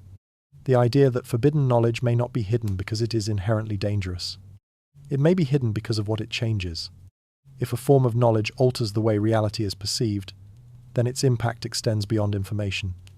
It reaches into identity, into the structures that define how individuals and societies function. It does not simply exist alongside those structures. It reshapes them. This introduces a different perspective on restriction, not as a simple act of concealment, but as a response to consequence. Because not all knowledge can be integrated easily. Some forms require a shift that cannot happen all at once, without creating imbalance. They challenge not only what is known, but how knowing itself is experienced. This is where the idea of irreversibility begins to take form. Once a perspective changes at a fundamental level, it does not return to what it was before. The patterns that become visible do not disappear. The connections that are recognized do not fade completely. Even if they are set aside, they remain present, influencing perception in subtle ways. The change is not always dramatic, but it is lasting. And that is what gives forbidden knowledge its quiet significance. Not that it is dangerous in a direct sense, but that it cannot be easily undone. The realization settles slowly. What if the reason certain knowledge was never meant to be widely known is not because it threatens the world, but because it transforms the way the world is seen? What if it changes the relationship between the observer and reality itself? This thought does not demand agreement. It invites reflection, because the boundary between what is known and what is hidden may not be defined by danger alone. It may be shaped by readiness, by the ability to integrate what is revealed without losing balance. And as this idea begins to take hold, quietly but with increasing depth, the narrative moves forward once more. Because understanding the nature of what is forbidden is only the beginning. The deeper question still remains. What does this knowledge actually reveal? As the layers begin to settle, something quieter comes into view. Not a new idea, not a sudden discovery, but a deeper thread that seems to run beneath everything that has been explored. It does not belong to one place, one time, or one culture. It appears in fragments across all of them, never complete, yet never entirely absent. A foundation. Something that feels less like knowledge in the usual sense, and more like an underlying structure of understanding. A way of seeing that connects rather than separates, that links human awareness to the patterns of the world, and the world to something even larger. It is not easily defined. And perhaps it was never meant to be. Ancient civilizations, when viewed through this perspective, begin to feel less like isolated developments and more like expressions of something shared. Their symbols, their structures, their stories, they do not point in entirely different directions. They circle around similar ideas, approach similar patterns, reflect a kind of coherence that becomes more visible the longer it is observed. Not identical, but connected. This connection does not rely on direct contact or communication. It suggests something more subtle, a shared relationship with reality itself, a way of perceiving that allows similar insights to emerge, even across distance and time. This is where the narrative begins to deepen. Because if such a foundation exists, then the fragments that remain are not random. They are incomplete reflections of something that once existed in a more unified form. Not necessarily as a single system, but as a consistent way of understanding that was expressed differently in each context. Over time, that unity may have become fragmented, not entirely lost, but divided. Each civilization holding a part, preserving certain aspects while others faded. The whole never disappearing completely, but no longer fully visible in any one place. What remains today is not the original form, but the scattered pieces that hint at it. This introduces a shift in what is being considered. The knowledge that has been explored throughout this journey, the patterns, the symbols, the alignments, may not have been focused on external power in the way it is often imagined. It may not have been about control or dominance or the ability to shape the physical world. It may have been about something far less visible, the nature of existence itself, the relationship between awareness and reality, the way perception shapes what is experienced, and how understanding emerges from that interaction. This is not a conclusion. It is a possibility, but it carries weight. Because if this is what ancient knowledge pointed toward, then its significance changes. It is no longer just a collection of advanced ideas or lost techniques. It becomes something more fundamental, a framework for understanding that influences everything else. And if that framework was fragmented, if it became divided across time and culture, then what remains today is not the absence of knowledge. It is its partial presence, a reflection that is incomplete but still connected to the original structure. This is why the fragments feel familiar, why the patterns repeat, why the sense of recognition continues to appear, even when there is no clear memory of where it comes from. The realization unfolds slowly. What if every civilization was built on a truth that none of them fully remembered? What if each one carried a piece, expressed in its own way, shaped by its own context, but never complete on its own? The thought does not resolve easily. It expands, because it suggests that the search for knowledge is not about finding something entirely new, but about bringing together what has been separated, not physically, but through understanding, through the ability to see connections where before there were only fragments. And as this idea begins to settle, quietly but with a growing sense of clarity, the narrative prepares to move forward once more. Because if there is a truth beneath all civilizations, if it continues to exist in this fragmented form, then the question is no longer only about the past. It becomes about the present, and what this truth means for what comes next. There is a place where the search begins to slow, not because it has reached an end, but because it has moved beyond the need for clear answers. The questions that once drove it forward no longer feel urgent in the same way. They remain, but they shift, becoming less about resolution and more about awareness. This is the edge, the point where understanding does not stop, but changes direction. Everything that has been explored, the fragments, the patterns, the connections, no longer feels separate. They begin to settle into a larger sense of coherence. Not fully defined, not fully explained, but present enough to be felt. The need to organize them into a single conclusion begins to fade, because something else takes its place.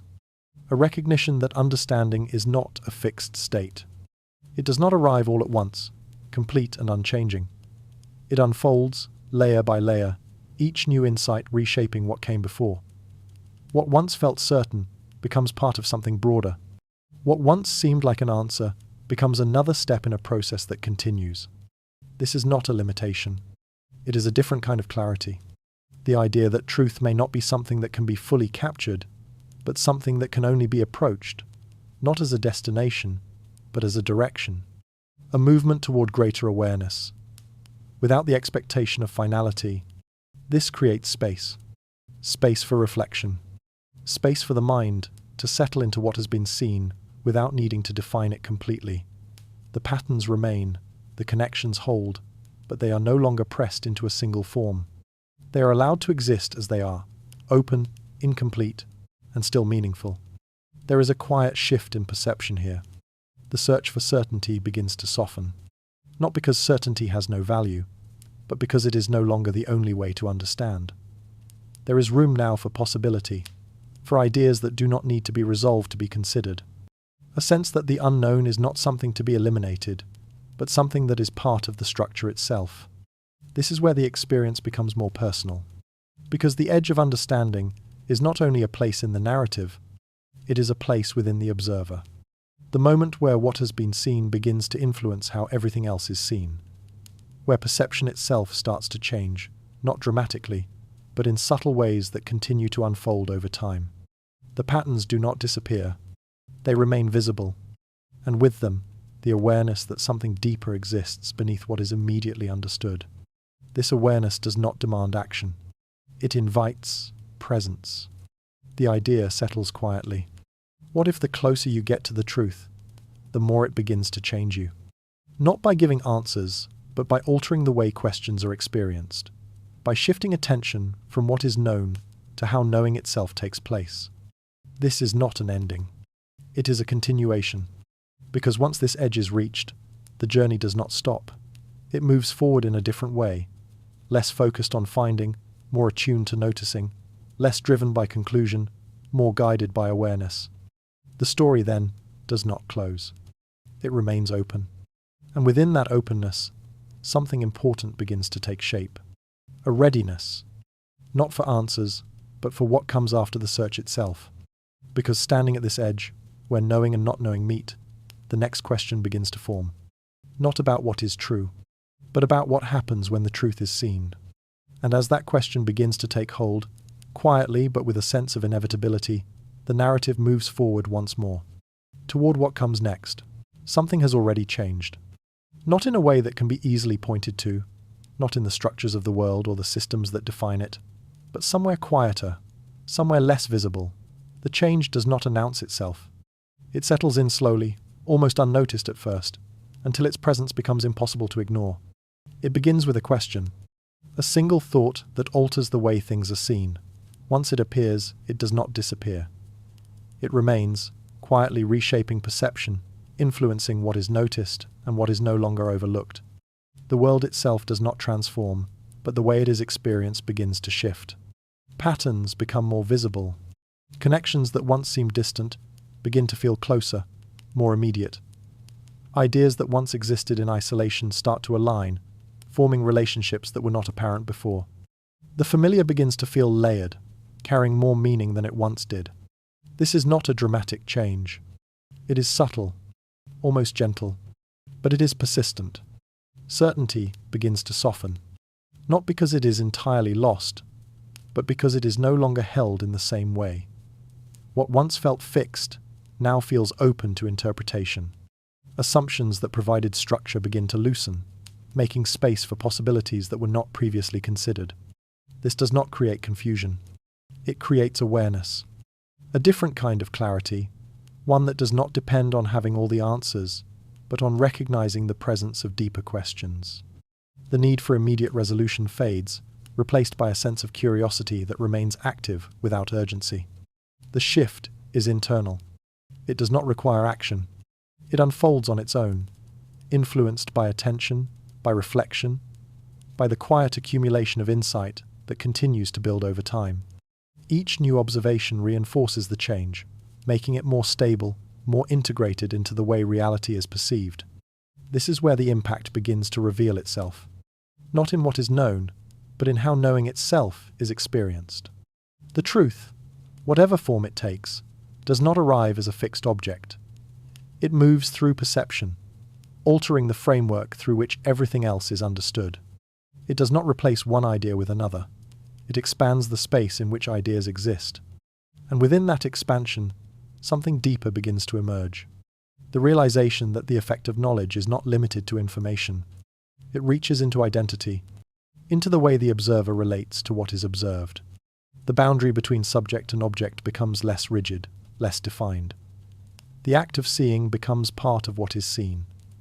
The process of understanding becomes inseparable from the understanding itself. This is not always noticed immediately, but once it is, it remains. The shift continues, gradually, without force, without resistance. What if discovering the truth does not change the world, but changes how everything in the world is seen? The question does not require an answer. It lingers, shaping perception in ways that are not always easy to describe, but are impossible to ignore. The world remains as it is, but the experience of it becomes different. More layered, more connected, more open. This change does not isolate. It prepares. Because as perception begins to reorganize itself, the shift no longer remains confined to the individual. The patterns that become visible are not limited to one perspective. They exist independently, waiting to be recognized by others as well. And as that recognition begins to extend beyond a single point of awareness, the nature of the shift begins to change. It moves outward, gradually, quietly, towards something that is no longer only personal, towards something shared. And as that movement begins, the next question emerges, not with urgency, but with quiet inevitability. What happens when this change is no longer experienced alone, but begins to unfold across many minds at once? At first, the shift feels personal. It unfolds quietly within individual awareness, shaped by reflection, by observation, by the slow recognition of patterns that begin to change how the world is seen. Each experience seems separate, contained within its own perspective, as though the process belongs to the individual alone. But something begins to change. Not suddenly, not in a way that draws attention, but gradually, through repetition. Similar thoughts begin to appear in different places. Questions that once felt isolated start to echo across conversations, across disciplines, across minds that have never directly connected. It is subtle, easy to overlook, but it is there. Ideas that once seemed distant begin to feel familiar to more than one observer. Patterns that were once noticed quietly begin to appear in multiple contexts, recognized independently, without coordination. The same connections, approached from different directions, begin to align. This is where the shift expands. Awareness, once individual, begins to take on a collective quality. Not as a shared conclusion, not as a unified belief, but as a movement, a gradual alignment of perception, where more people begin to notice what was previously overlooked. The process does not follow a single path. It does not move evenly. Some recognize it sooner, others later, but the direction remains consistent. Something is being seen, and it is being seen by many. This does not create immediate change. It creates momentum, a quiet accumulation of recognition that builds over time. As more individuals begin to notice similar patterns, the ideas themselves become harder to dismiss. They move from the edges of awareness toward the center, not by force, but by presence. This is how knowledge spreads. Not always through direct transmission, but through convergence.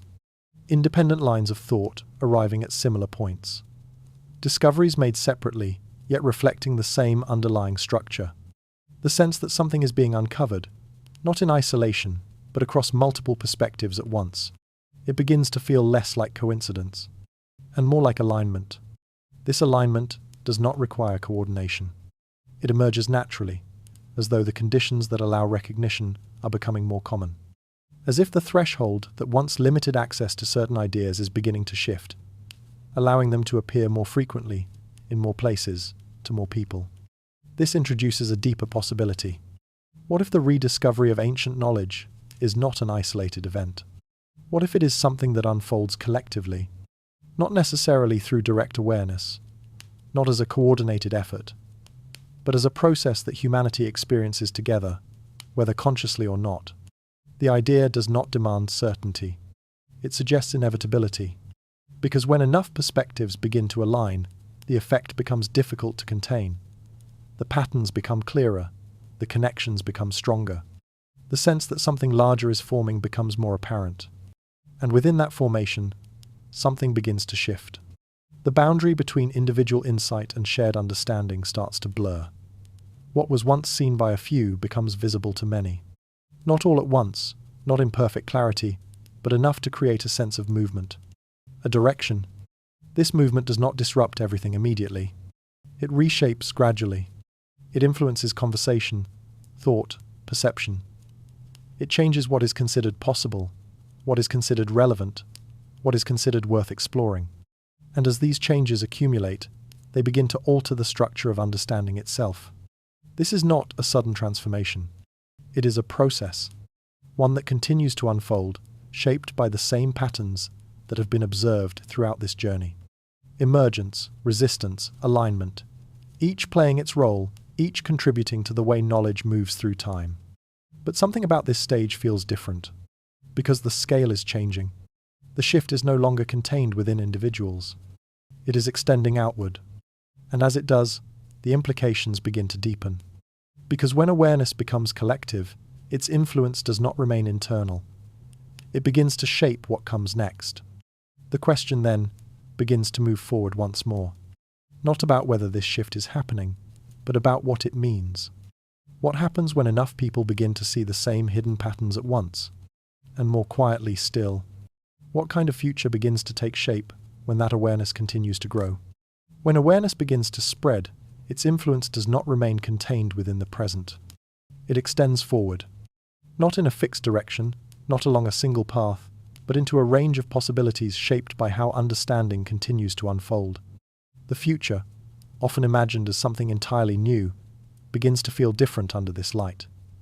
Less like an unknown territory, and more like something connected to what has already existed. Not a repetition, a continuation. The knowledge that has begun to reappear, whether through fragments, patterns, or shifts in perception, does not simply add to what is known. It has the potential to change how decisions are made, how systems are structured, how progress itself is defined. Because understanding influences direction. If reality is seen differently, then what is considered important begins to shift. Priorities adjust. What once seemed essential may lose its central place, while other perspectives, once overlooked, begin to take on greater significance. This is not a guaranteed outcome. It is a possibility. And within that possibility lies responsibility. Because knowledge, once recognized, introduces choice. Not always immediate, not always clear, but present. The ability to respond differently, to consider alternatives that were not previously visible. And with that ability, the path forward becomes less predetermined.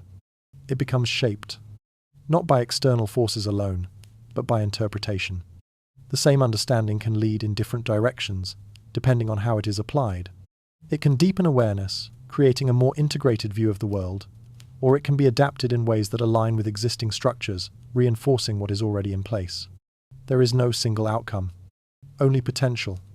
This is where the balance becomes important. Because the rediscovery of knowledge does not automatically lead to transformation. It creates the conditions for change, but the direction of that change depends on how it is received, how it is understood, how it is woven into the systems that already exist. This introduces a subtle but significant shift in perspective. The future is no longer something that simply happens. It becomes something that emerges from the interaction between knowledge and choice. And within that interaction, the past begins to take on a different role, not as something that is left behind, but as something that continues to influence what comes next. The fragments that have been explored, the patterns that have been recognized, the ideas that have begun to align, they do not remain confined to history. They extend forward, quietly shaping the possibilities that unfold. This is where the final realization of the chapter begins to take form. What if the future is not something entirely new? What if it is a continuation of something ancient, now beginning to be understood in a different way? Not a return, not a repetition, but an unfolding. A movement that carries elements of the past into the present, and from the present into what has yet to emerge. The thread that connects them does not break. It changes form, adapts, but remains continuous. The idea does not simplify the future. It deepens it. Because it suggests that what comes next is not separate from what has come before. It is shaped by it, influenced by it, even if that influence is not always fully recognized. And as this thought settles, quietly but with increasing clarity, the narrative begins to move toward its final stage. Because once the connection between past and future is seen, even faintly, the focus shifts again, away from what will happen, and toward what it means. What remains when the search slows, when the patterns have been noticed, when the understanding has begun to change. The story does not end here. It becomes quieter. And in that quiet, something deeper begins to take shape. There is a quiet expectation that every story should come to a close. A moment where everything settles, where the pieces align, where the questions find their answers, and the movement finally comes to rest. It is a familiar structure, one that creates a sense of completion, of resolution. It allows the mind to step away, feeling that something has been fully understood. But not all stories follow this path. Some do not end in the way they are expected to. They soften, instead. They move away from the need for a final point, becoming less defined, less concerned with arriving somewhere specific. The journey that once felt directed begins to open, expanding rather than concluding. And within that expansion, something begins to change. The idea of an ending starts to feel less necessary. Because understanding, as it has unfolded, does not settle into a single conclusion. Each insight leads to another question. Each connection reveals further layers that were not visible before. The process does not stop. It continues, quietly, without needing to declare itself complete. This is not a failure of resolution. It is a different kind of clarity. The realization that knowledge is not a fixed destination. It is not something that can be reached and held in its entirety. It moves, shifts, evolves with each new perspective. What feels like an answer at one moment becomes part of a larger question in the next. And this movement does not end. It extends. The journey that began with fragments and patterns, with questions about what was lost and what remains, now feels less like a sequence of discoveries and more like a continuous unfolding.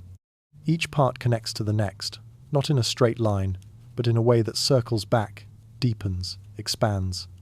There is no final piece that completes the puzzle, because the puzzle itself is not fixed. It changes as it is seen. This introduces a subtle but powerful shift in perspective. The search for a final truth, something absolute and unchanging, may itself be a limitation. It creates an expectation that understanding should arrive at a point where nothing more needs to be explored. But if knowledge continues to evolve, if perception continues to shift, then such a point may never truly exist. And perhaps it is not meant to. The idea begins to settle quietly. What if the purpose of this search is not to reach a final answer? What if it is to continue exploring, not as a restless pursuit, but as an ongoing awareness, a willingness to remain open to what emerges, to what becomes visible over time? The absence of a final conclusion does not diminish the value of the journey. It deepens it, because it allows for possibility, for new connections to form, for understanding to expand beyond what was previously imagined. The story, then, does not close. It becomes something else. A space where thought continues, where reflection remains active, where the boundaries of what is known are not fixed, but constantly shifting. It does not require completion to have meaning. It carries its meaning in the process itself. And within that process, something begins to feel different. The need for certainty softens. The pressure to resolve every question fades. In its place, there is a quieter awareness, one that does not demand answers, but remains open to them. This is where the narrative begins to turn inward. Because as the expectation of an ending dissolves, another question begins to take shape. Not about the story itself, but about the one who has followed it. Where does this leave the individual? And as that question emerges, gently but with a sense of depth, the journey continues, moving not toward a conclusion, but towards something more personal, more immediate, and still unfolding.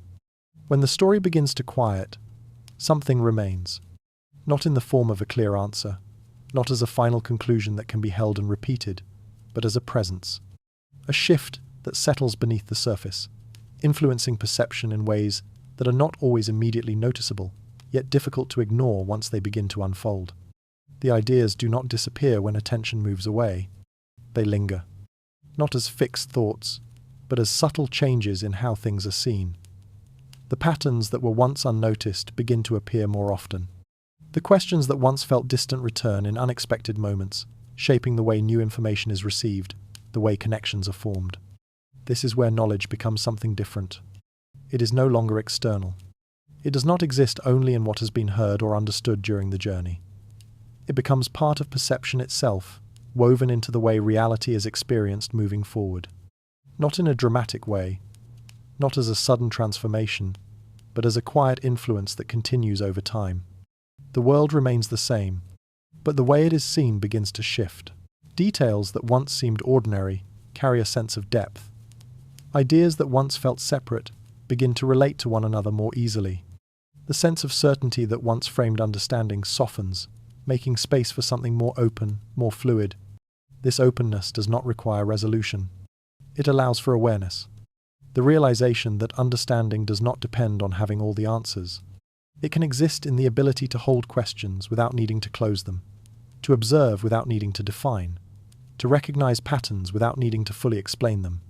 This is where the impact of the journey becomes clearer. Not in what was learned, but in how learning itself has changed. The process no longer feels like accumulation, gathering pieces of information to form a complete picture. It becomes something more continuous, more integrated, where each new observation interacts with what has already been seen, creating an evolving sense of understanding. The knowledge does not stay still. It moves. It adapts. It deepens. And within that movement, something important begins to take shape. A sense that the story has not ended. That it has extended beyond its original form, becoming part of something ongoing. The boundaries between the narrative and the observer begin to blur, not in a way that removes distinction, but in a way that connects them. What was once outside is now part of how the inside perceives. This creates a different kind of continuity, one that does not depend on the structure of the story itself, but on the awareness it has introduced. The ideas continue to exist, not as fixed statements, but as perspectives that influence how everything else is understood. And as this awareness settles, it brings with it a quiet realization. What if the most important part of this journey is not what was discovered? What if it is how everything is now seen? The thought does not require an answer. It remains open, allowing the experience to continue unfolding in its own way. The knowledge does not need to be held tightly. It does not need to be resolved or concluded. It can exist as it is, as part of an ongoing process that does not demand completion.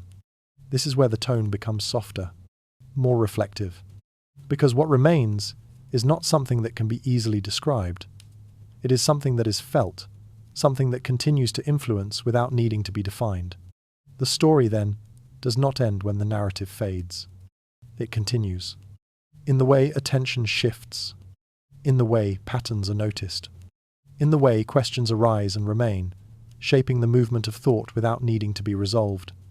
And as this continuation becomes more apparent, the focus begins to expand once more, because what has become personal does not remain isolated. It connects outward, quietly, gradually, toward something larger than the individual experience, toward the broader perspective of existence itself, where the same patterns, the same awareness, the same quiet unfolding continues without interruption. In the quiet that follows, nothing truly ends. The movement of the story softens, but it does not disappear. It settles into something less defined, less focused on direction, and more attuned to presence. The search that once moved through questions, patterns, and fragments now becomes something quieter, something that no longer needs to reach outward in the same way.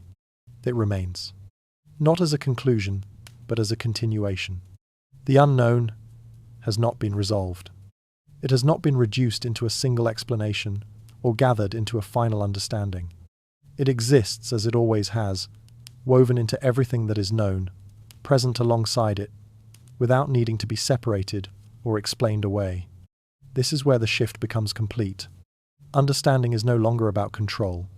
It is not about holding knowledge in a fixed form or defining it in a way that removes uncertainty. It becomes something else entirely, a relationship, a connection between awareness and what is observed, where both exist together without needing to be fully resolved. The patterns that were once explored still remain. The fragments still exist. The connections still form, quietly, without effort. But they no longer demand interpretation in the same way. They are allowed to be. This does not diminish their meaning. It deepens it. Because meaning is no longer confined to explanation. It exists within the experience itself, within the act of noticing, within the presence of awareness that continues without needing to reach a final point. The idea of the unknown begins to change. It is no longer something distant, something that exists beyond reach, waiting to be discovered. It becomes part of the structure of reality itself. Not separate, not hidden, but integrated into everything that is seen and everything that is not. This creates a different kind of stillness. Not the stillness of completion, but the stillness of continuity. A sense that the movement of understanding does not require an endpoint, that it can continue, quietly, without needing to define itself through resolution. The questions remain, but they no longer feel unresolved. They feel open, and within that openness, something begins to settle. A recognition that truth may not be something that exists in a distant place, waiting to be found. It may not be something that is hidden behind layers that must be removed. It may be something far simpler and far more immediate. Something that has always been present. What if the truth was always here, and it was only the way of seeing that needed to change? The thought does not arrive with certainty. It arrives with calm, a quiet awareness that does not demand agreement, but invites presence. The patterns, the connections, the ideas, they do not need to be held tightly. They do not need to be resolved into a final understanding. They continue. As part of something larger, the story, then, does not close. It fades, not into absence, but into the same continuity that has been present from the beginning. The same quiet movement of existence that carries everything forward without needing to separate what is known from what remains beyond knowing. There is no final moment, no point where everything becomes complete. Only this, a presence that continues, and within it, the awareness that what has been explored is not separate from what is still unfolding. The story does not end. It becomes part of everything that follows. And long after the final words have passed, something remains. Not as an answer, but as a sense of wonder that continues quietly without needing to be resolved.